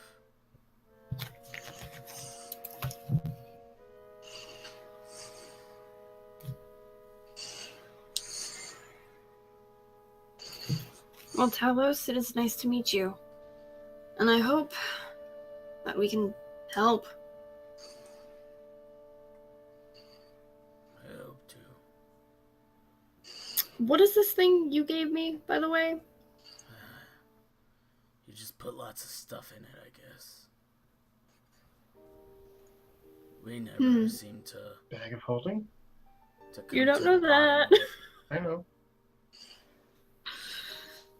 Alright. Thank you very much. And before I turn around and head back, can I try and attempt to conceal this bag? Alright, Wow. go and make a stealth check. Everyone else make a perception check. Come on. 3. We've had nothing to do but Oh, watch this I'm happen. Jesus. so sorry, Charlie. I rolled a 3 for Kel. I've been doing shit for Kel. Well, I rolled a 17. 9. Well, Jack sees me do it. I rolled a 12. Okay. Oh, wait, no, was it slide? Yeah, sleight of hand. It was a 12. Alright. If Jack sees me do it. Jax, you see her pocket. He's gonna something. see your evil soon. And yeah, I was just gonna say, literally, like, debating as to whether or not they were good and evil, but yeah, you see her pocket something from him. She begins. She to also walk back. pointed at me earlier. Wondering. She's selling me out to these Minotaurs. Maybe she just And- told you, quite literally. I'm gonna go back and explain the situation. Best of luck. And that I kind of agreed to help them if they want to help too. Insight check. Go ahead and make a persuasion check. Oh, jeez Louise. I rolled pretty good, I'm not gonna lie. I rolled a 7 to persuade you that we're actually trying to help these guys. Rolled a 19. Well, I rolled 16 plus 3, so 19. At 19, she's telling the truth. Okay. And what's that you tucked back in there? I'm not quite sure. Well, maybe we'll be sure. Do you have something? Kel says. Yeah. Definitely does. Oh. It was something of sentimental value that they traded to me Traded for for help. what? Oh. For us to help. Why'd you tuck it away then instead of just showing us? Because I don't trust this one, and I point to Calrendir. What have I done that's ever been bad? I thought I was. In the nice. last time I went shopping with you, you tried to steal almost everything in that poor woman's shop. Well, I mean, that's just because that was fun. I wouldn't steal from you guys. Insight check. All right. Ooh, this one's pretty good. 20 total. Yeah, he's telling the truth. He would not steal Oh, from you damn it. guys, and he was just having. He seemed like he was just having fun, I guess.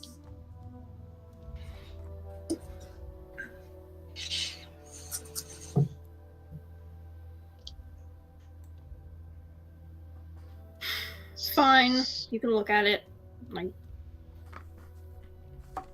I hand Cal the bag, but I keep an eagle eye on it. Guys, Only him? this is something. I believe they call it a bag of holding. Dun dun dun.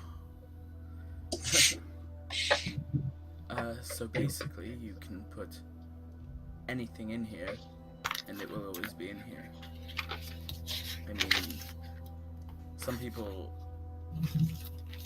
put like literal bodies inside of these things. One Can it person actually fit? put a donkey in it, or a horse. I forget which one. The story was a bit fuzzy, and I heard it from a drunk guy in a bar. But yeah, No, it was an ox. That's what it was. It was an ox. Yes. You can put anything inside these things, and it's rumored that they have no bottom because they hold so much.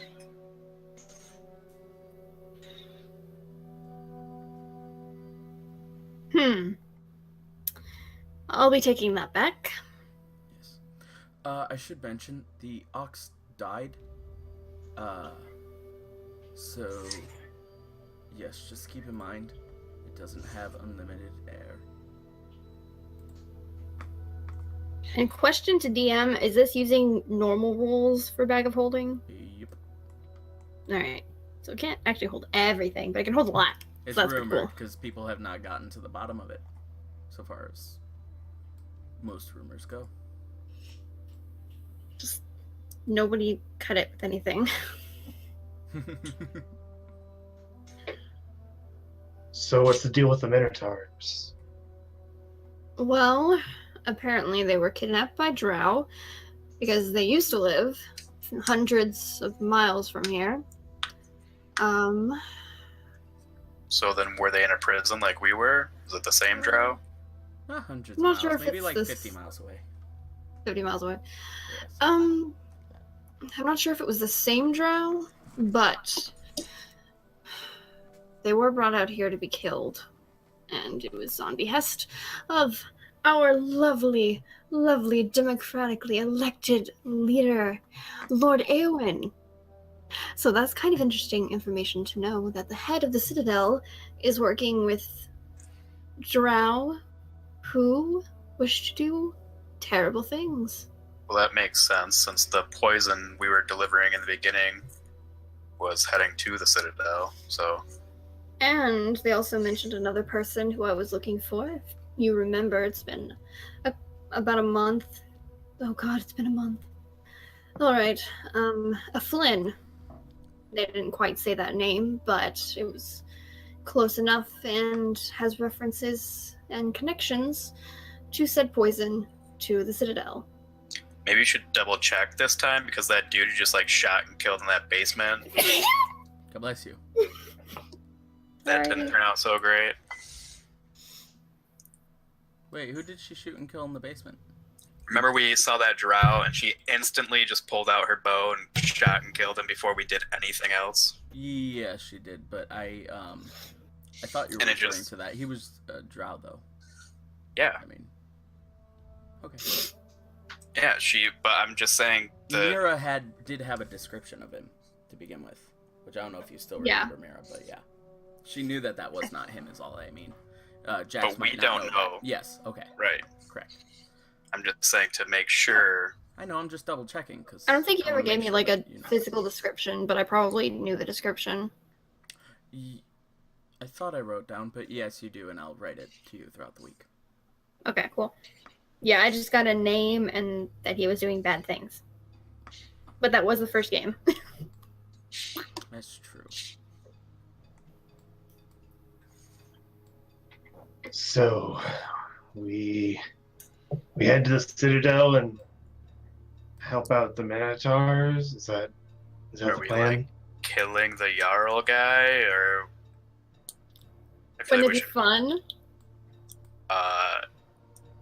we would have like everybody after us without proof that he's actually a bad dude. Well, we'd have to prove it first. I definitely So- need proof. I'm not gonna just kill this dude. Alright, then we can find the other person first. Although he is also rich and powerful, but according to the Minotaurs. But that should just make it more fun.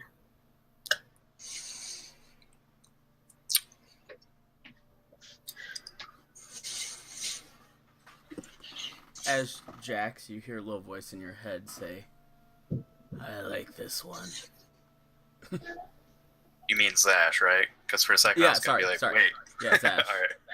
Yeah. That's not the first time I've made the mistake between your guys' names. It won't be the last. Well, I just didn't know if I was going nuts from watching my wife die or what was going on. But Well, you also said that Not the yet. voice can like pinpoint someone specific to talk to, so I thought that might have been that. True. Again, no, it was just a fluke. Okay.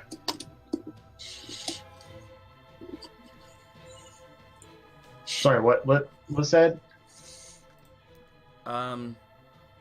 Mira said that she wanted to go kill them.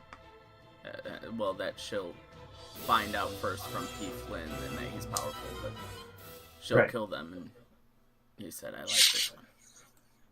Okay. And I mean, as long as we get revenge for these fine people, we don't necessarily have to kill them. But the only way to stop something from keep doing things over and over again is just to make it stop completely. Well, we've gotten pretty good at making things stop completely, one way or another. We have. Yep. So let's go help the Minotaurs, I guess. Let's go stop things completely.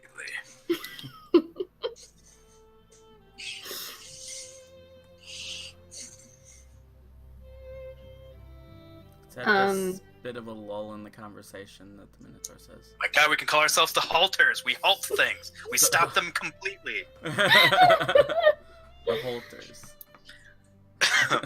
We'll workshop that. The halting for... Alright. The Minotaur says, "What did they say?" Well, they're at least willing to look into it. But you got me, at the least. Thank you.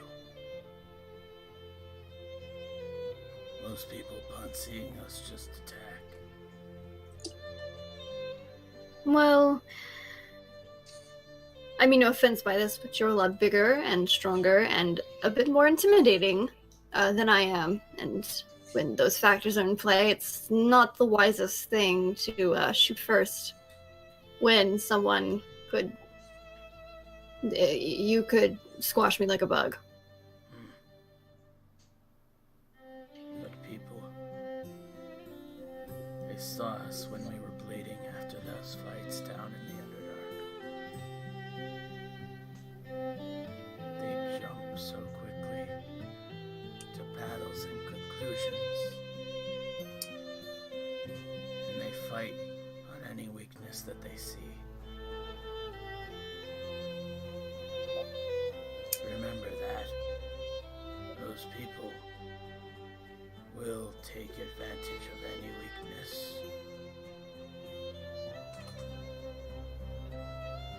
Well, the good thing is that I don't have one. I'm glad we got you on our side then.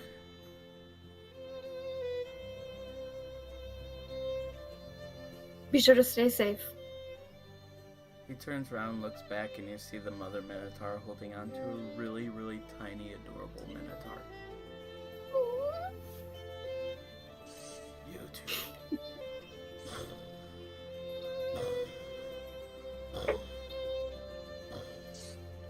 Begins to head back. I bet baby Minotaurs are like super cute. She's probably as big as me. Yeah. Well, yeah, just about. Yeah, Google it. They're cute. No, I gotta. That certainly took Well, a turn, guys. Cal says while looking They're just back like at little the bulls. wife and baby Minotaur. Oh. Well, I know what I'm doing when I get to the Citadel. At least after I settle down and take a bath. Yeah. I need some money to get something magical. I'm the only one without anything cool. I mean, my cool thing, like, makes me do stuff. It also makes you very powerful. You also have the immovable rod. True, I do have the movable rod. Yeah. I have a sword and armor. Yeah, if I want, I can That's a give good you one. the short sword. I love No, I prefer my two-handed weapons. I just want better armor. Too easy to hit. I am too. That's why I've kept Shield of Faith on me, because it comes in handy once in a while for you guys. Yeah. All I have is resistance, which we don't really do saving throws very often. But anyway, on to the Citadel then. Yep. Yay! Onto the Citadel. You guys continue to make your way down as the river gets further and further away. The forest now behind you. Big open plains, much clearing. You guys watch as once again the sun begins to set, and you have about another morning's travel before you get to the Citadel. Mira and Jax know, but you're making your way there. As you guys continue to walk, and the sun goes down, for a little while, you travel by Sash's light, I would assume. Yeah. Trying to get a few extra miles in before you all call it a rest for the evening. I want you all to make a perception check again.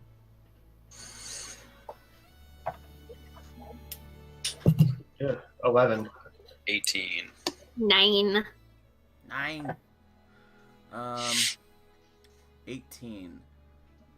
Jax, you hear very quietly what appears to be the sound of a campfire already roaring. You can see crackles and light flickering in some of the trees and bushes around you. But very importantly, you also hear a very faint crying. Oh man. I slowly pull out my sword and I point them in the direction of the crackling fire and the cries. Okay. Do you want me to go ahead? Probably a good idea. I can't really stealth very well. Alright, I'm gonna stealth forward. You stealth forward. Alright, go ahead and make a If stealth anything, check. I'm the less intimidating of the group. Ooh, not bad. 22. 22 is really good. Alright. You see, as you stealth up to the trees, into the bushes as cover, you come up to a clearing of a of course campfire, a chair, and a tent. Not really a chair, more so a very portable looking fold out twig thing that's set up as a bench. And you see there a woman with very long hair, blonde, sitting there with a guitar in her hands, crying a little bit, with sort of a sob let out. Can I tell what race she is? She's human. Hmm.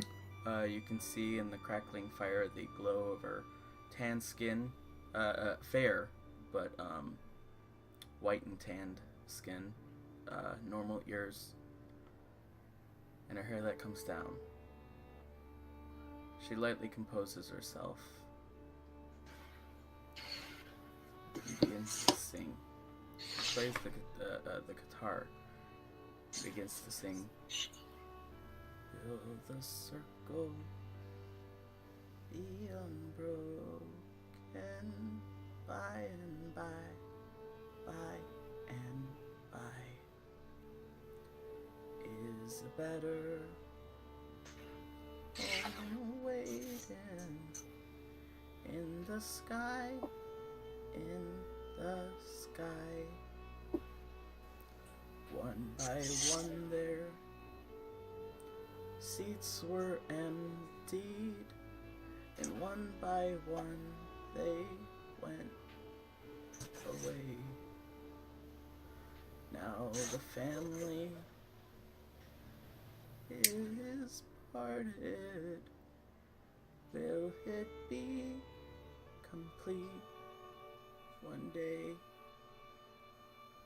Will the circle be unbroken?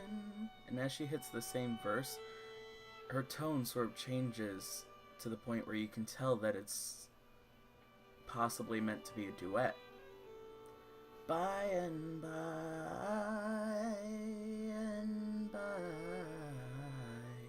is a better home waiting in the sky, in the sky. As I'm watching her, do I see like any weapons anywhere? You see no weapons. As she hits the final verse, in the sky, she lets herself lose that composure once again. And drop down. I start Crying. clapping and walk towards her. I'm sorry. Bravo! You're very good. She wipes her cheek. Thank you. Who are you? I don't Someone have just any passing money. through. Oh. Please, we were worried you were gonna try and attack us. Don't worry.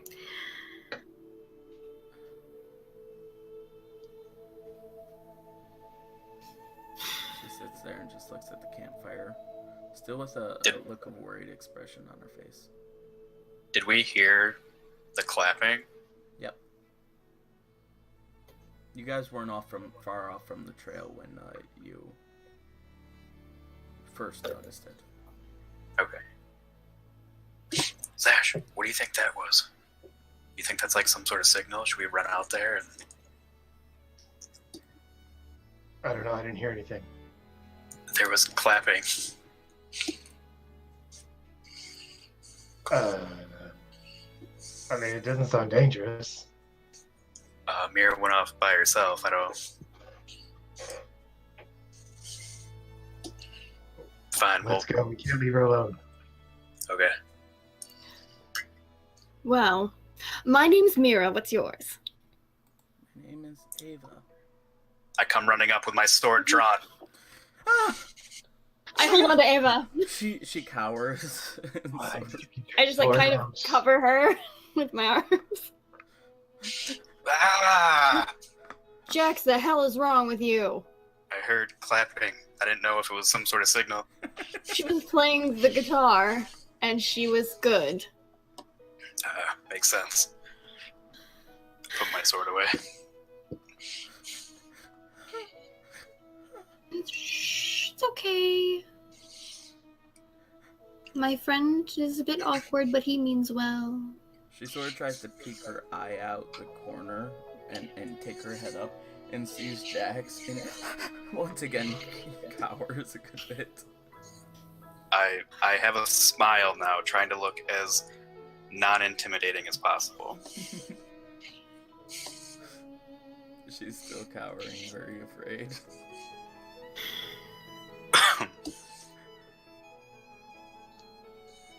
He won't hurt you. She once again takes her head out. Sort of looks and is still on guard, not taking her eye off Jax now. But is staying there. Sort of, once again, is sitting upright.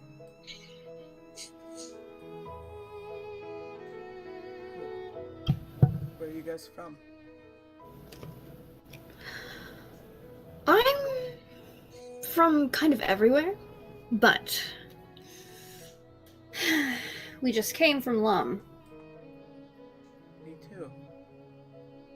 Well, I've been traveling, more so off to the side of the trail, trying to avoid others, and so I've been traveling for probably a bit longer than you guys have. Why are you out here alone? I wasn't always. Me and my father, we lived in this cabin sort of smack dab in the middle of the towns of Silent Drew and Run Rummer Reef. He's gone now. Sorry to hear that. Also, recently lost somebody I love. Wait, really? Oh, right, I didn't tell you. No. Yeah. Someone you love died and you didn't tell me. Yeah, you seemed Awkward. caught up in other things, like pointing at me with Minotaurs, so... Telling them you were a good person.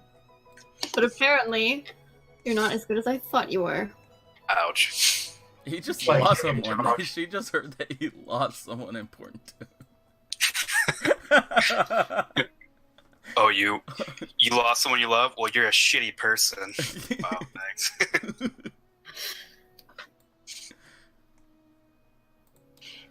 That's where I was when you guys were out on your adventure. Grundle took me to Mirage, where I come from. And my wife was there, still alive, barely. And I said my goodbyes to her as she died. As I sat next to her bed, holding her hand. And then I got a note from Zash that you were in trouble, and came as quick as I could. Are we really just airing our dirty laundry in front of this stranger? Yeah, that's what I was about to say. Are you sure you want to do this? She just recently lost somebody. She was intimidated by me at first. I'm trying to show I'm a human. Well, I'm not a human being, but I'm a person. A cool dude. Yeah. I'm so sorry, Jax. Why didn't you say anything? Kel says. I wasn't quite ready to say anything yet. Well, you obviously told Zash. Zash shared some information with me, and I felt it was fair to share some information with him. I asked him, actually. That too. Well, so did I. Cal, no offense, I like you, and you're a great guy. But I still barely know you. And Jax, what did you ask Zash? That you couldn't tell me. Here we go. What you guys were really doing out in the woods? He mentioned something about it in the note he sent, that you lied about what you were doing. So I just asked didn't him. lie about anything. Zash lied, sorry, about what you were doing. Yeah. That was such an obvious lie. I'm really shocked that you believed it. You guys are flirting literally all the time. You call him one thing, he calls you another thing. It's He all hates cute me. and stuff. No. Your relationships are weird. Listen, hate and I don't love. hate you. Hate and love ride the same line. If you don't hate me. Oh, well, whatever. I'm terribly sorry, Ava. It's okay.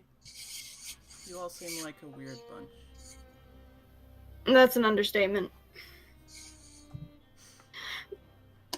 We've been traveling together for way too long. You'll excuse us.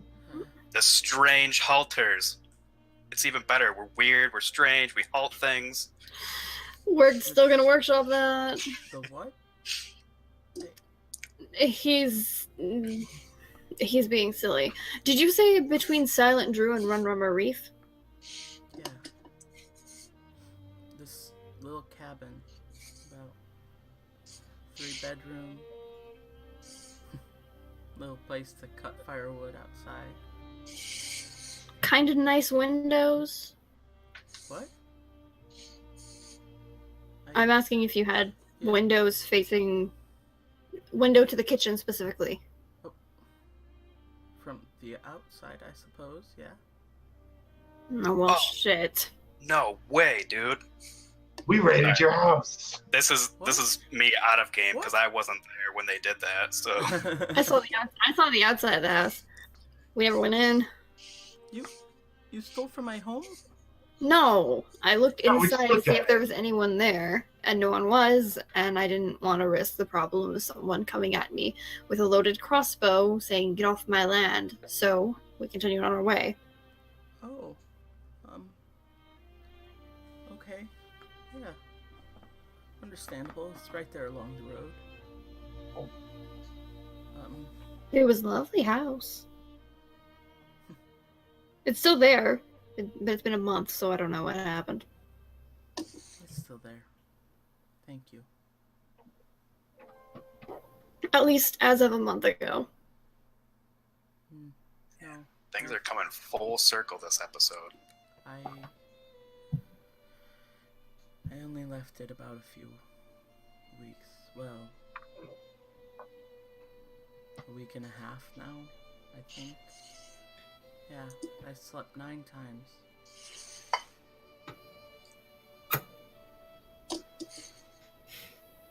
My father... Where were you before that? You weren't home when we visited. Sometimes we go out, but there have been some days where we've been having trouble with some people. What people? Living right between Rumrunner Reef and Silent Drew, we've met all sorts of terrible people, but there has been sort of a consistent group that's been troubling us for a while. Really wanting us to get into some sort of market venture to import unknown stuff through the towns. Is it liquid? Yeah. We never got to know. My dad was always such a good person. He was always so just, and he refused to have any doings with them. Was there any name mentioned at all? No names, just threats. Later on, once he refused to help out to make gold. And sure enough, we were sitting there one day and he just dropped.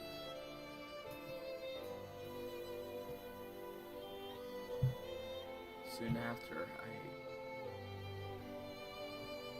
I composed myself, I noticed that must have been something in his tea. So he looked out for me my entire life. And I was with no one. The next day, there was a note on my door.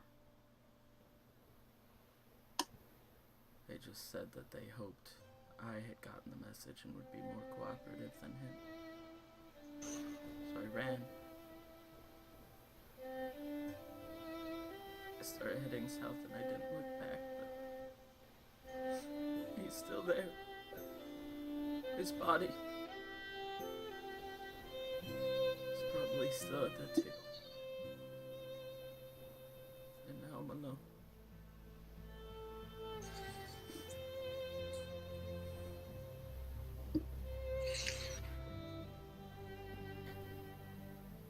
Were you headed somewhere? Maybe to hide? Just somewhere where I can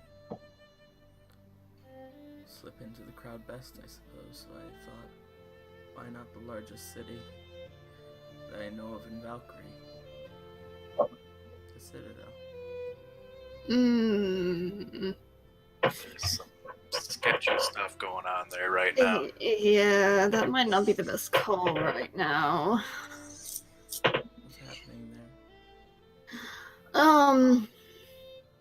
A man that I was following turns out to be a really rich and powerful person there. That just so happened to be in charge of that little shipping venture. So you might get caught faster. I can't escape. escape it.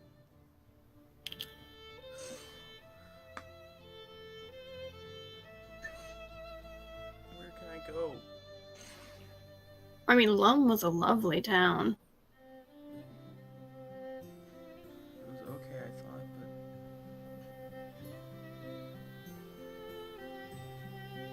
Yeah, maybe. Maybe I'll head back there. We have a friend there named Grendel, who should be able to assist you in some way. Grendel? He, I could have sworn his name was Gerbil. I hung out with him a little bit more. It's definitely Grendel. I thought it was Grundle. So it's Grendel, not Gerbil, right? Yes. Apparently. Your call.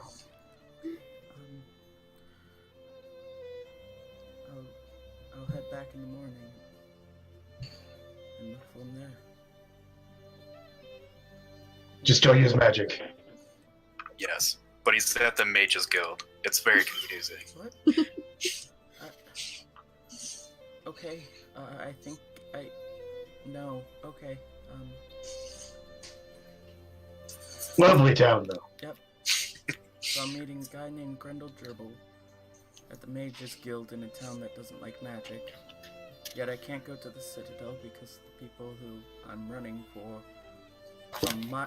from miles away are actually there. Pretty much. Yeah.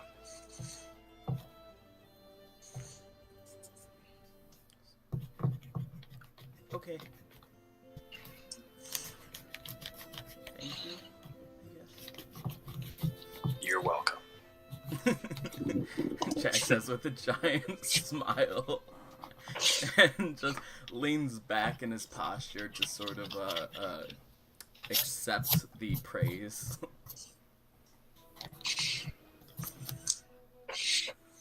If you guys want, I'm heading out in the morning. If you guys want to make camp here with me,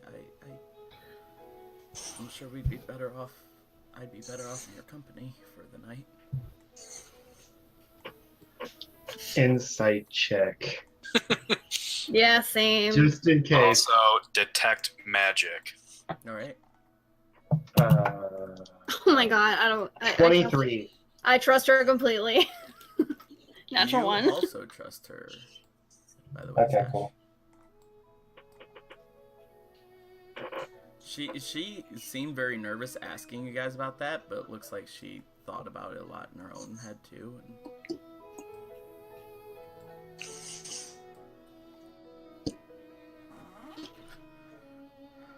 Alright, do you guys stay there the night? Did I detect anything? I did detect magic. Oh. No, you did not. Okay. Forgot to say that. Should we take watches? Probably, since we did get attacked by dire wolves the other day. Yeah. Zash offers to take the first watch so he can calm the puppies down for when they fall asleep. I'll take the second, says Kel. If I were to use Shield of Faith on Zash now, would that hold up if I fell asleep or no? No. Okay. Nope. I'll take third watch. Concentration.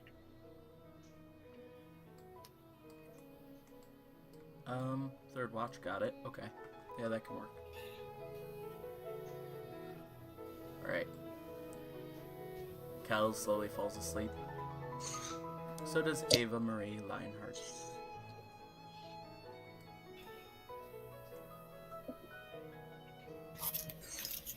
Do the rest of you two fall asleep, Mira and Jax? Yeah, I'll fall asleep to my watch. Jax, go ahead and make a perception check. Wait. I'm sleeping. Sorry, Zash. I did it again. I told you it wouldn't be the last time. There we go. I looked at even the picture of Zash that I have on the stream right now, and I'm like, Jax. 15. 15. Alright. While you're sitting there with the puppies, finally getting them to sleep a little bit. You hear, and you turn your head quickly and see that an apple fell from a tree, and it broke a twig, landing on the ground. And that is it. That is all that happened during Night's Watch. He grabs the apple and puts it away. Alright. Got a tasty treat for later? Yep. Go ahead and... is that all that you do? Oh, I'm training them. Well, kind of training the puppies, like calming them down, Yep, but calming yeah. them down again, still trying to get them to listen to you. And do me a favor, go ahead and roll an animal handling for me. Just to see.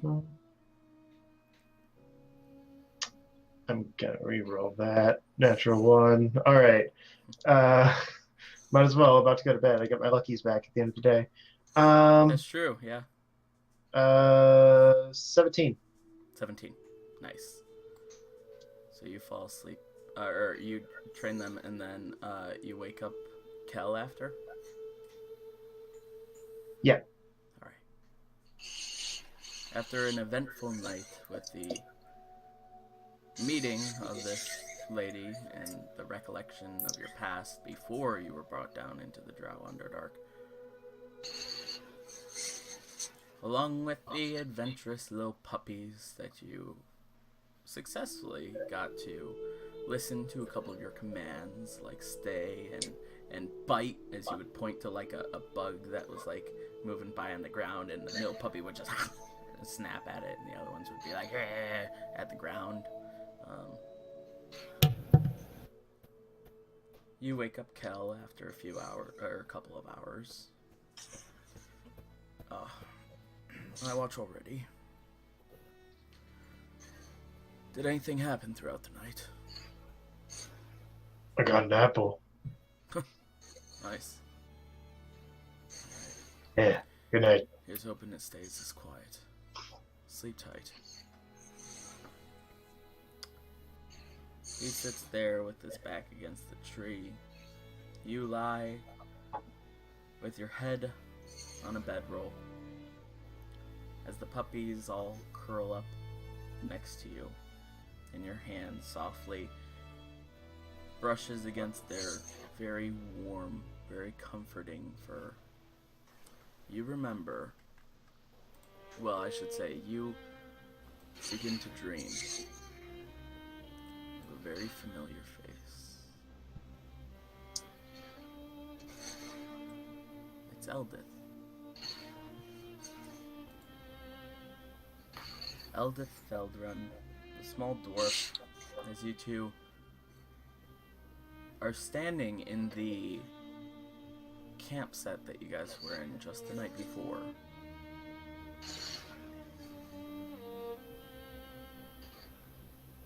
But it's like she comes out of the woods and is just there alongside you. It's a happy feeling to be next to her. She smiles at you in a little bit of a flirty way, and you can't help but smile back.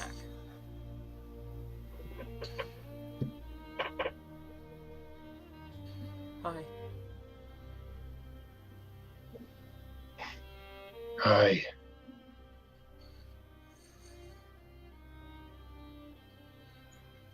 She begins to walk into the opposite direction of the woods that she came from, slowly, and looks back at you, sort of expecting you to follow.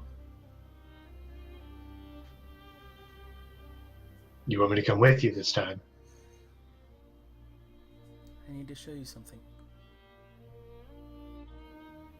He follows silently. Your feet crushing branches with every step that you take. You follow behind her just but a few steps, but she'll slowly pick up her pace so that if you try to walk side by side, she's just out of reach. You guys come up to a clearing. A familiar clearing. Very open. moment you both step into this sort of field, you move forward to the very center of the field. Everything goes dark, glum, cold.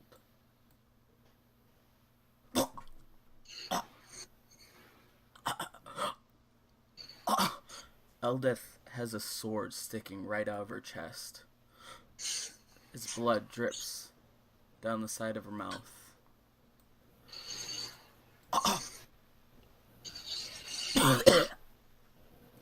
She begins to drop down to the ground.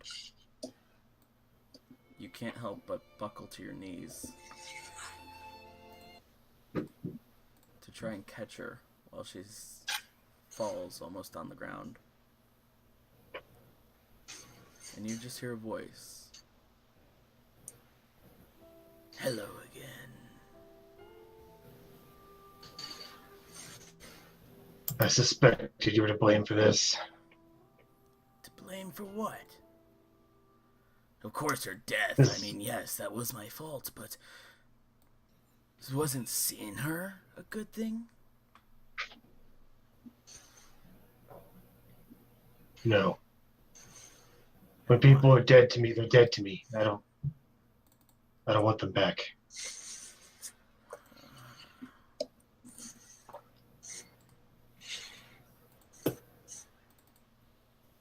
So she's already dead to you. She's not coming back, so what's the point? Maybe she is actually dead. Wouldn't that be something? If I just made a joke about her being murdered right here, and then you find out later that she was actually stabbed through the heart, that'd be really funny. But what if, she's fine? What if she's looking for you? Who knows? Either way, I mean, it'd be pointless to just draw this out longer, as the voice says longer in a very exaggerated tone as Eldith's eyes, who are about to close, open again, and she once again begins to choke on her own blood.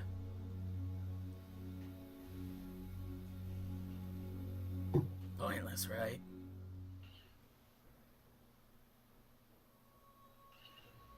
Yeah. He doesn't even know what to say. He's tired of the games.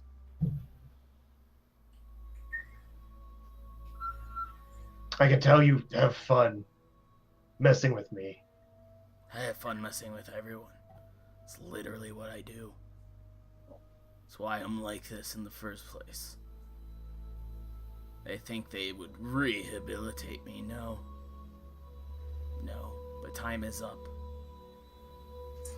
And now, finally, I'll get what I want.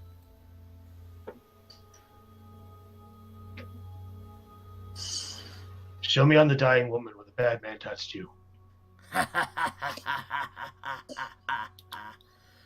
See, that's what I like about you. You don't give two shits about other people's shit. Quite literally. But you're not becoming stronger like I'd hoped you would. Then I'd really like you. You actually fought half the time.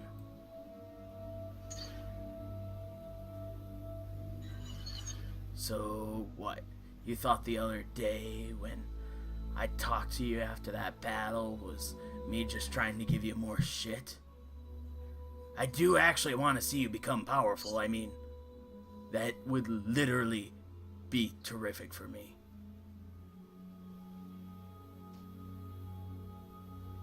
After Maybe I all, don't want to do it for you. It'd be terrific for you too. After all, you said it yourself. Once I get what I want, we're done, right? Right. So, why wouldn't you accept the wisdom of hundreds and hundreds of years I try and give to you? Sure, I make some jokes here and there. Sure, I play on your pathetic emotions a little bit, but you'll become stronger for it. You'll be able to put them to bed finally, hopefully. The problem is you bore me. I'd rather do it on my own. I just want to get this over with. I bore you? Come on. Yeah, you're isn't this predictable. Isn't this excitement enough? As once again, her eyes open up just on the brink, and she continues to bleed out to death in your arms still. By the way, you're in a about 5-foot pool now of blood that just is continually getting larger and larger and growing and pouring out from her mouth onto your hands and arms and onto the floor. That's not excitement enough? What if I did this? No. And then she goes standing, like, not necessarily standing up, but sort of like a poltergeist. She just rises up, and blood starts literally projecting out of her mouth now, and starts to spin slowly in a big circle above you. So much so that's like creating an umbrella of blood. I mean, it's a cool parlor trick, but what's it really do? She's not really here. Like I said, she's never coming back, so How do you there's know? no attachment here. I know this is a dream.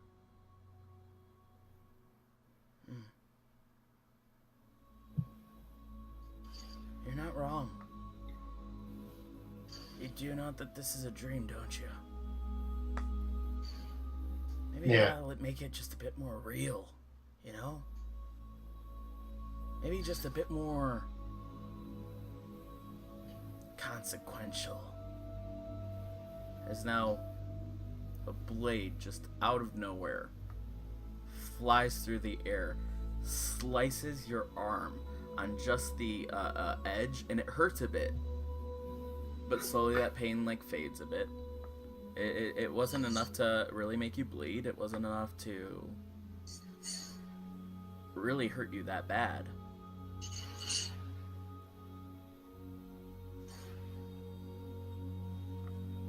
Is that your plan? Torture me instead?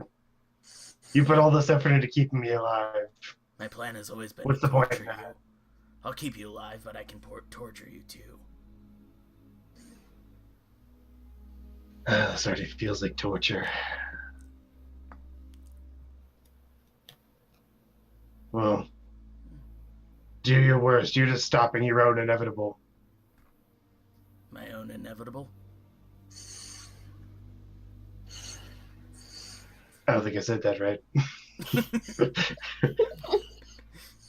Pulls from game. We'll imagine that you said your own inevitable demise or something like that. Your own inevitability, like as Vulnerability? in you're just preventing yourself from getting what you want out of me. Is what he meant. Okay. And how do you propose I'm doing that? Because all this wasted time getting in my head, I'm doing what you want me to do. Just let me do it. What's with all the games are just for your own amusement, and they're wasting time. How is it wasting time? You just said you're doing what I want you to do? What, you think I'm living the time of my life here in your head? I literally have nothing else to do but torture you. So yeah, if it takes a few extra days or weeks, it will definitely be worth it. After all, I've been in this thing for hundreds and hundreds of years.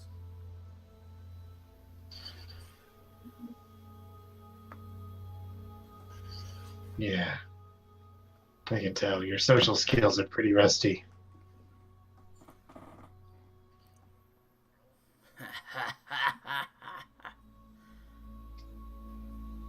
Say what you will. You think that by me losing interest in you would be better? You're wrong. Those who I have no interest in are dead. Don't forget, part of me is keeping you alive at this point. What if I want that back? What do you think happens to you? You think you go on to find out whether or not you actually do see that little whore dwarf again? No. Try me. As once again the voice slowly fades. Slowly, you wake up almost perfectly timed for Mira to wake you up. As she heads over, your eyes are opening when she's about to shake shake you awake, because on her watch she notices that you're bleeding pretty badly from your arm. You took 5 points of slashing damage.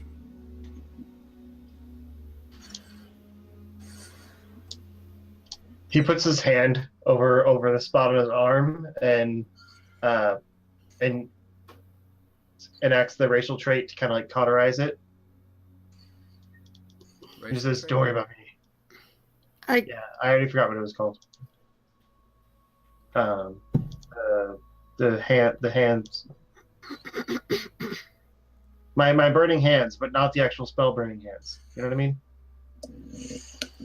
Sort of. Produce flame. Produce flame. Gotcha. So you just use that to sort of shield it out of view? No, cauterize it. That's what I said. Cauterize. I am not sure. Okay. Even though you are resistant to fire damage, you'll still take more damage if you just straight up cauterize it. Is that okay? Sure. You take... Yeah, what's up? I was gonna talk to him. Okay. 6 reduced to half is 3 points of fire damage. I could have just bandaged that for you. It's fine. I took care of it. Obviously not, because you cut your arm. I didn't do anything. He did it. Who? I get uncomfortably close. The voice. The one that won't let me die. Do I know about this? Nope. You never told Mir about this. I know. Yeah. Can I make sure he's not crazy? Yeah, you can definitely make a... It would... Thing is you can check and see whether or not he thinks he's telling the truth. Do you want to check if that, or check and see if he's just crazy? If he's telling the truth. If he thinks he's telling the truth, go ahead and make an insight check. 14. He thinks he's telling the truth. What does this voice say?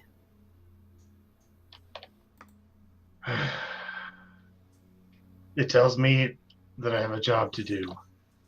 That we're on the path destined for me by him. And that I can't do anything that would jeopardize that plan, or else he'll stop me. In the end, that was him.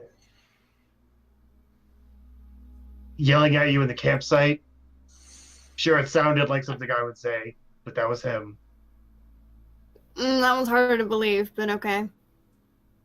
Well, I'm not using it as an excuse. I didn't disagree with him, but I'm just being honest with you. Apparently that's a thing we do now. Alright. There's nothing I can do about it, so I'm just going along with it. What does the voice want you to do? I don't really know. Just go to the Citadel. He says whatever's waiting for us is there. He's annoyingly cryptic considering how much he wants from me. Hmm. Did it say anything about me? Not everything is about you.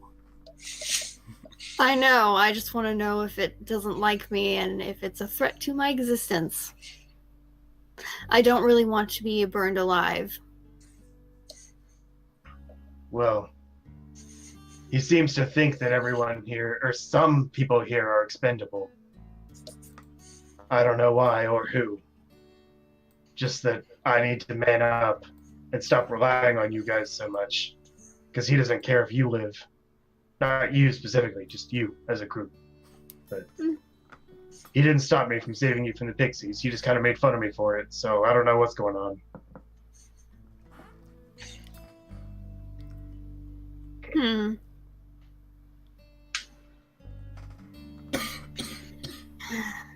Yeah, so that's what I've been dealing with.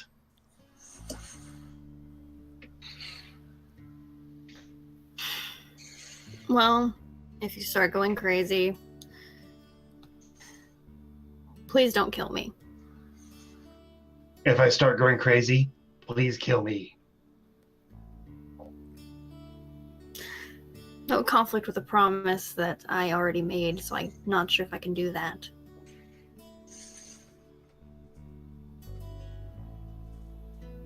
I can't do it myself. I know I joke around a lot, but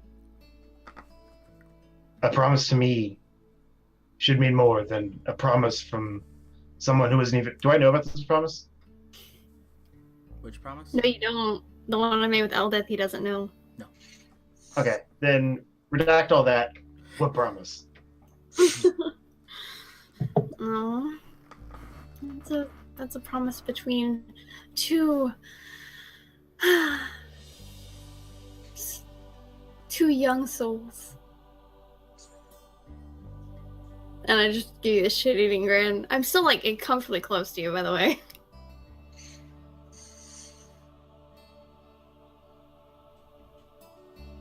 Okay, I'll get Jax to promise to kill me. He's pretty good at it. He might.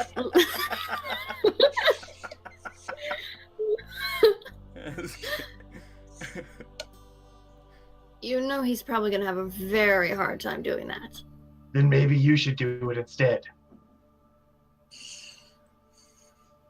But what's in that for me? Okay, great. 3 favors. Nothing. You're the one that says I might be a threat to you. I'm just saying if that happens, I want you to kill me. So maybe your life is what's in it for you. If that were to come to pass. I'll think about it. You're the worst. And he kind of gives you a half smirk. Oh god, I see what they're all talking about now, and I back up. Yeah, me too. Well, I still need to keep watch. Great. Yeah. I don't know if I'm getting back to sleep at this point.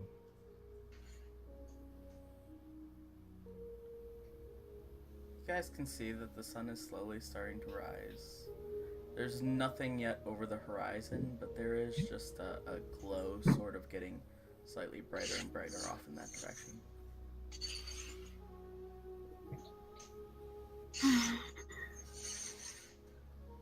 Another day.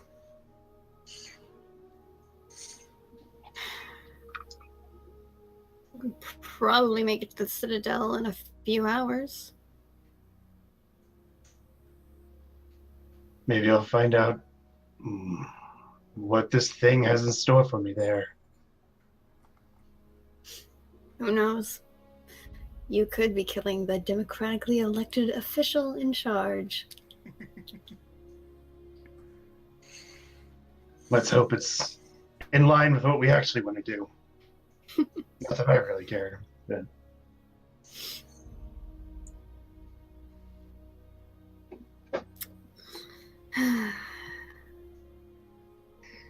What's up with you?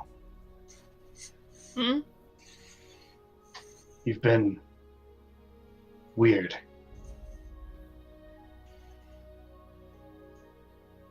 I don't Since think you I'm got back from acting. the pixies.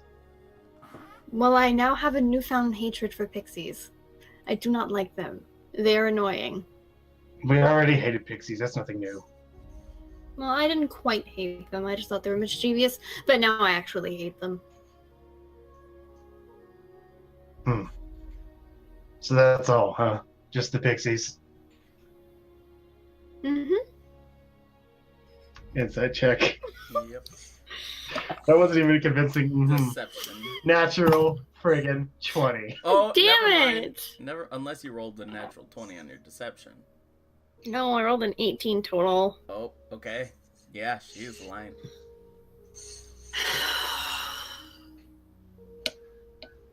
I just opened up my friggin' heart to you. Give me a little something. Well, what do you want to know? What happened? I went to save you and you just came out, but you were different, distant. I apparently More than passed usual. the test. So that was fun. Like a written test. I'm not quite sure. I had to tell the truth in a few situations. That's hard for you. In some, depends on the person.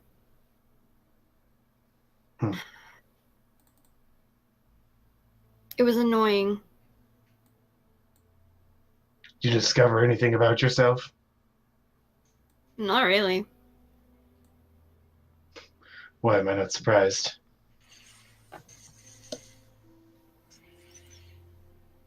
I realized that I got myself out of a situation that could have been dangerous for me, in a way. And you did it without any help, reaffirming the fact that you're just in it for yourself and we're along for the ride. Because you owe me a favor, or whatever, or you still need a favor, or I don't know. Well, at least we don't have an affirmative leader. The last group I was a part of had one, and she made a dumb choice. Could have gotten me in a lot of trouble, and I didn't like it, so I left. Is that what this test was about? I don't even know. It was cryptic words, and it took me a very long time to figure out what to say. Everything I tried didn't make sense, or what would have made sense from a moral test standpoint didn't work. I just spoke my mind, and here I am. Wish it was that easy for me. At least you're never lonely. I'm okay with being lonely. It's being forced to be around people that I can't stand.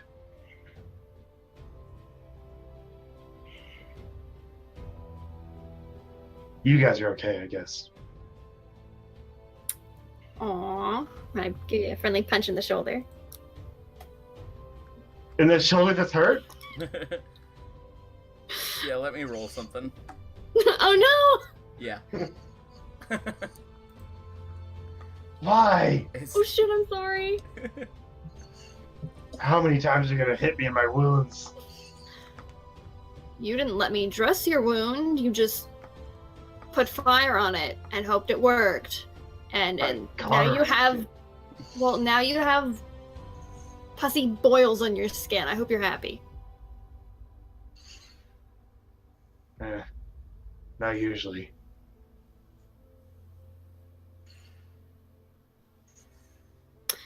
Tell you what. What's the first thing you want to do when you get to the Citadel?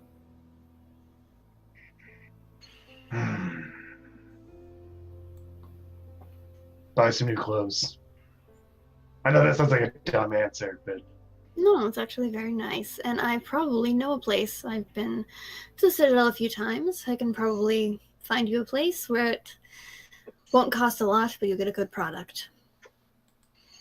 Anything magic? Depends on where you look, here and there. All right. You're my guide.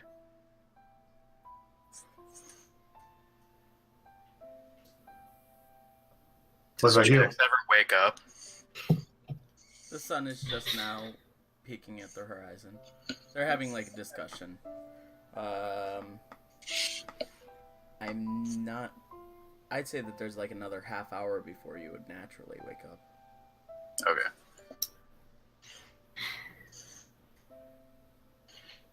What's on your agenda?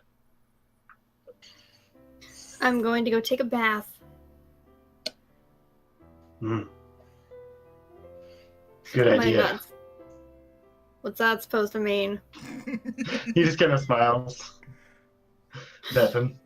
I punch you in the bad shoulder again. You take one hit point. No, I'm kidding. It does hurt. I already am not going to be fully healed because I've got the full night's rest. Yep. I'm gonna go wake up Jax. Okay. Rise and shine. Wake up. I slowly open my eyes and I look at her. And I just... "Ah! Ah!" What a great, restful night. Nothing eventful happened. Nope. Super awesome. Jax hurt himself. I mean, Zash hurt himself. Gosh darn it, Austin got me doing it. Easy, huh? How did he hurt himself? He was bleeding, people and then crash. he burned his arm. Gotcha. Trying to cauterize the wound. I totally understand. Right? I had bandages. He was just being a dumbass. I go over and I use my lay on hands and I heal him whatever he needs. 8, I think. Okay. Thanks. Anytime. Well, let's get breakfast and get on the road because I want to get there before the huge rush happens with the shops. Zash cuts off half his apple and into 3 pieces for the puppies, and eats the other half himself.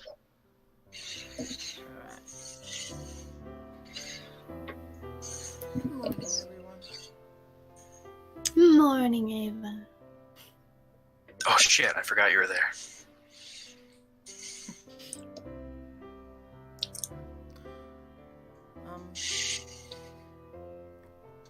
Well, I guess I have a long journey ahead of me again. I'll get going. It was nice Stay to meet safe. you all. It was lovely to meet you as well. And if you ever need us, we could find a way. Ask Grindel. I will. Just look for the strange halters. That's not our name. That's not our Do name. you mean strange altars? Every time he said it, I'm like, who is that? Like religious places? Where you I don't know. That's not our name. It's really not. Halters. We stop things completely like a halt. your Jack's stop trying to make halters a thing. It's not a gonna be thing. Hey, you know, just because you guys are jealous that you didn't come up with it first. Yes, that's exactly the reason why we do not want that to hit the ears of anyone who meets us ever. strange. It's very easy to remember. It's very confusing, as you can tell. It'll catch on. Okay, bye. Bye, have a safe trip. Yep. Here's hoping.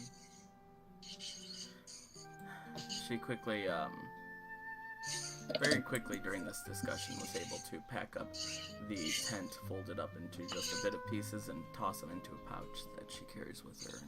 And that in her bedroll, and makes her way now instead toward the opposite direction, toward the town of Lum. Throughout this time, Kel slowly wakes up too.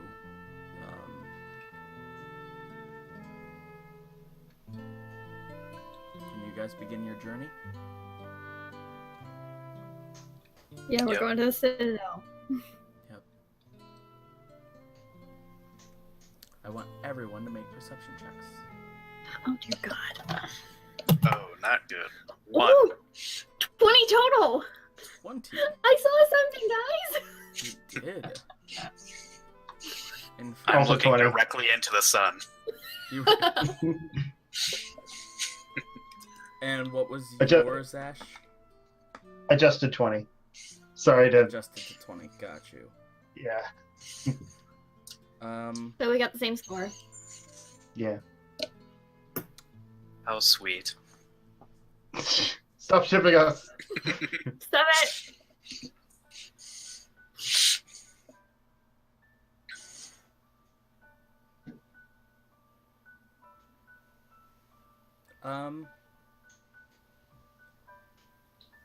As you guys are walking, you find this cart. And from a distance, Mira, you noticed that there was something shining along sort of one of the bodies up on this cart. As you get closer, you see this strewn out skeleton of a person that must have been dead for quite some time now. Just lying there on the side of the road, and on this skeleton, around the neck, is an amulet. Can I check for traps? Yes, you may. Use this one. Oh, it was almost good. 12. 12. Doesn't look like anything's trapped.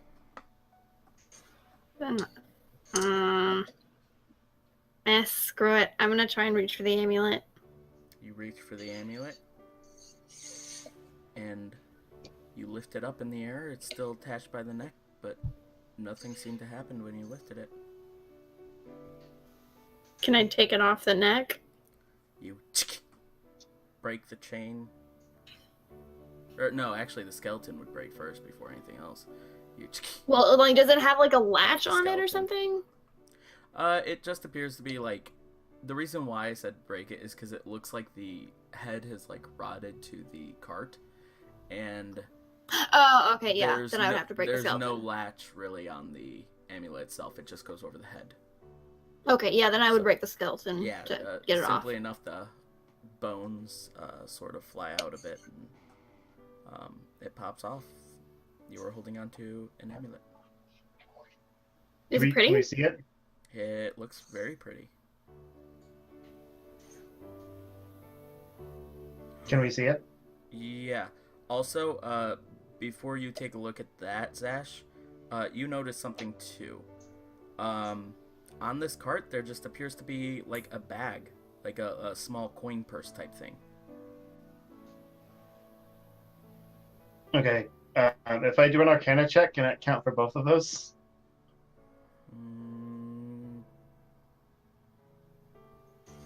Arcana check on the bag. Well, the idea was for the amulet, but if there's a bag there too, it might also be magical. I think you'd have to use detect magic to do that. Yes. I don't have that. Arcana I wonder is just who to- does have that. Too bad I'm looking directly in the sun right now. Yeah. Does like what color is the what does the amulet look like? The amulet. Let me just double check. Like, does it have a specific symbol on it? Is it a gem?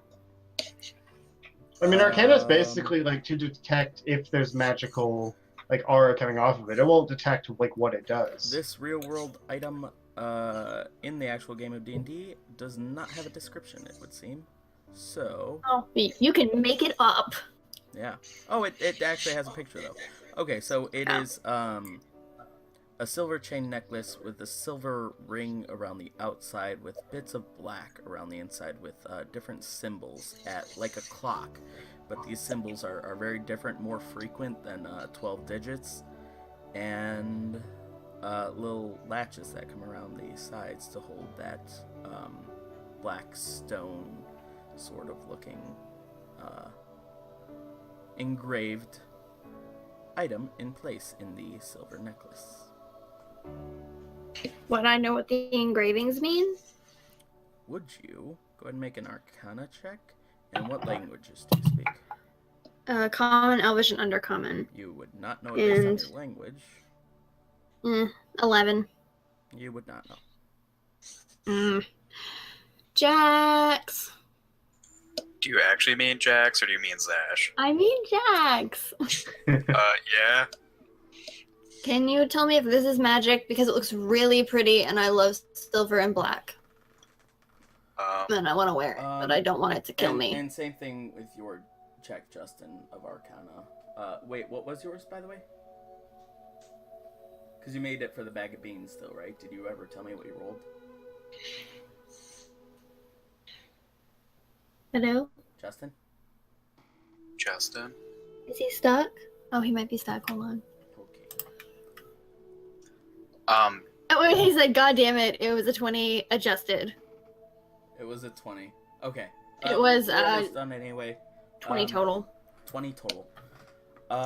Yeah, so you check the amulet, and you can tell that this is the symbols on it are for each one stands for a different plane. You take a look in the bag as well and see that there are little beans inside. Justin, would you mind rolling a D100, aka a D10 and a D100?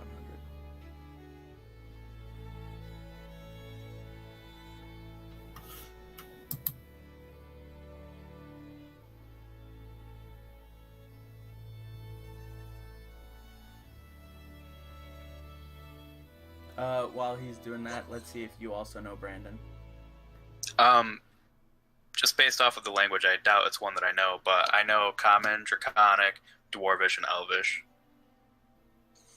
Yes, no. Okay. Then I'm just gonna use Detect Magic. Just detect magic? Okay. I can roll the D100 if you wish, Justin. But...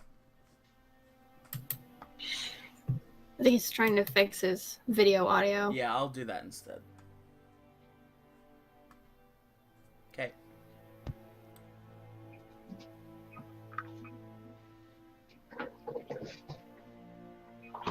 He's back. Hello. Are you back? Yeah. You sound so happy to be with us. I'm just frustrated. Fair. Anyway. What happened? Roll a D100 for beans. For beans? Beans. Bees? Dang it. Beans. Why no one say magic beans? It's a bag of beans. 26. Oh, very similar to what I had. Okay, same thing anyway. Cool, thank you. All right. And then my Detect Magic. You do detect magic. This is, you can tell, an amulet that you have to, obviously, attune to. I also learn its School of Magic, if any. School of Magic. Okay. Okay. And it's a 30-foot sphere, so I don't know if the beans would be included in that or not. The School of Magic is Conjuration. Okay.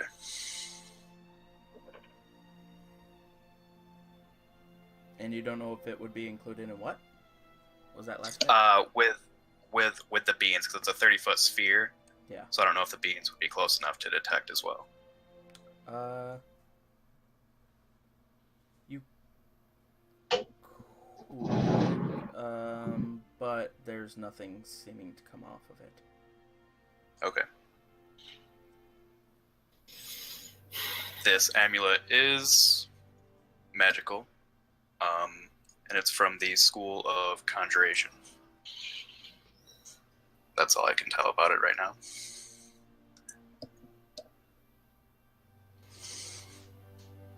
It's really pretty.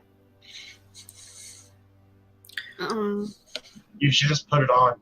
That worked really well for me. Well, you don't really have any cool stuff. Do you want it, Jax? I don't want you to give it to me only because I don't have cool stuff.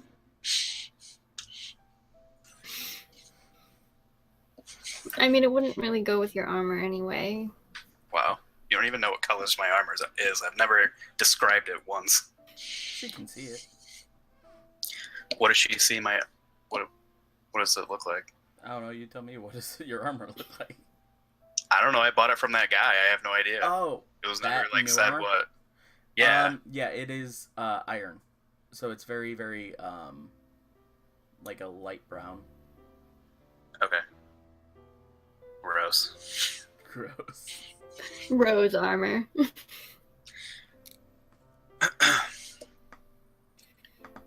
Well, if something bad happens, then you can take it off of me and destroy it. But I can't take it off of you because you are a lot bigger than me. I And- attempted that with Zash and it did not work. This one might not be evil, though. I mean, go ahead. It's yours. You found it. I mean, you don't gotta convince me to wear it. Okay, I put it on. Put it on. Did I scare you with that? Alright, okay. You attune yourself to it. Which will take a while. Yeah, do you decide to do that right now? Good point. Takes 30 minutes. Can I concentrate on it while we walk? Yes, if you avoid all sorts of battle and everything else, just walk during that time. Then I'll say yeah. Well, I hope we don't get into any more fights. I'll try. Okay.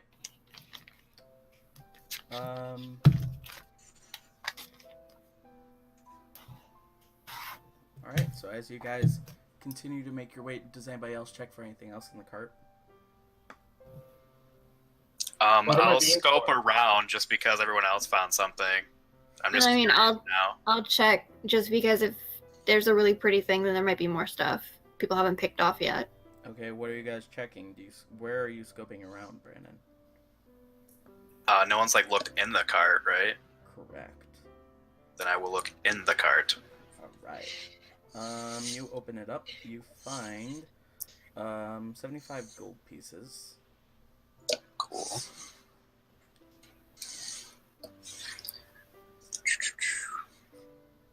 $625 silver. And 184 copper. 184 copper? Yes. Okay. Okay. Like how much of like is? Could I look around the surrounding area and see if there's anything? Yeah. You look around though, and there doesn't really appear to be anything that stands out. Trees, there is a little bit of a river rushing by, and as you're checking around, you hear what appears to be the sound of the city, rather closer than you expected, but still off in the distance. Can I look under the cart? You can look under the cart. In fact, you find 2 gold pieces. Nice.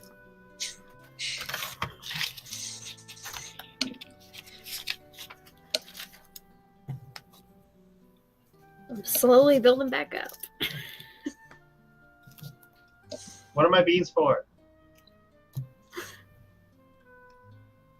Shit. Eat one and find out. Okay. From it's what in I your could tell, they're not inventory magical. menu. You do know that from these, you could plant them and see. Oh shit. We can make a garden. I was thinking of traversing to the land of the giants, but you know. That would be fun. I wouldn't be the only one feeling small. True. At least in this group. I'll wait till we're gonna be somewhere for a little while. Okay. So you guys continue on the journey then? Yep. Alright. The adventurers continue to walk down the road, which slowly changes from a dirt-strewn and rock-covered and very grassy path. Slowly changes to maybe more so stone, like little bits of gravel broken up. And that slowly changes to actual stonework. You start to see people passing you by left and walking just ahead of you on the right of the road. You start to see that the road breaks up into a number of different roads. And as you continue around a mountainside, you see it. This elaborate, huge city, familiar to some, including Mira and Jax, but very new to Jack, Zash, and very new to Kel. You just said it. I know, that's why I did it, is because I just said it. Very new to some. It is a sight to behold. You can see up at the very top, standing over these 300-foot walls, appears to be a very large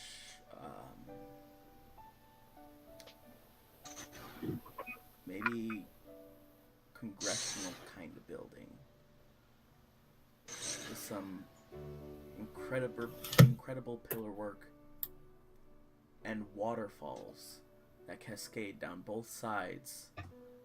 You can hear the sound of these giant rushing waterfalls all the way out, hundreds and hundreds of feet. You hear the sound of many people walking around and talking and conversing. It's like the mountains that guard the entire back side of this and the walls that guard the front sort of amplify straight upward and outward the sounds from within. You guys have finally made it to the Citadel. And that is where we're going to start the next episode. Thank you so much for watching, everybody. We hope that you enjoyed it. If you did, please be sure to like and subscribe. Be sure to click the little bell notification next to the subscribe button on YouTube so that you can enjoy more of our content. Or here, be sure to click the little heart follow button so that you can get notified whenever we upload live every single Monday night at 6 p.m. to 9 p.m. Central Standard Time here on Twitch at www.twitch.tv/TheMajestic Gamin, no G, as well as the YouTube channel TheMajestic, which you can just search TheMajestic, or go to youtube.com/TheMajestic and find all the videos uploaded there. But we hope to see you again soon. Say goodbye, everyone. Bye. Bye.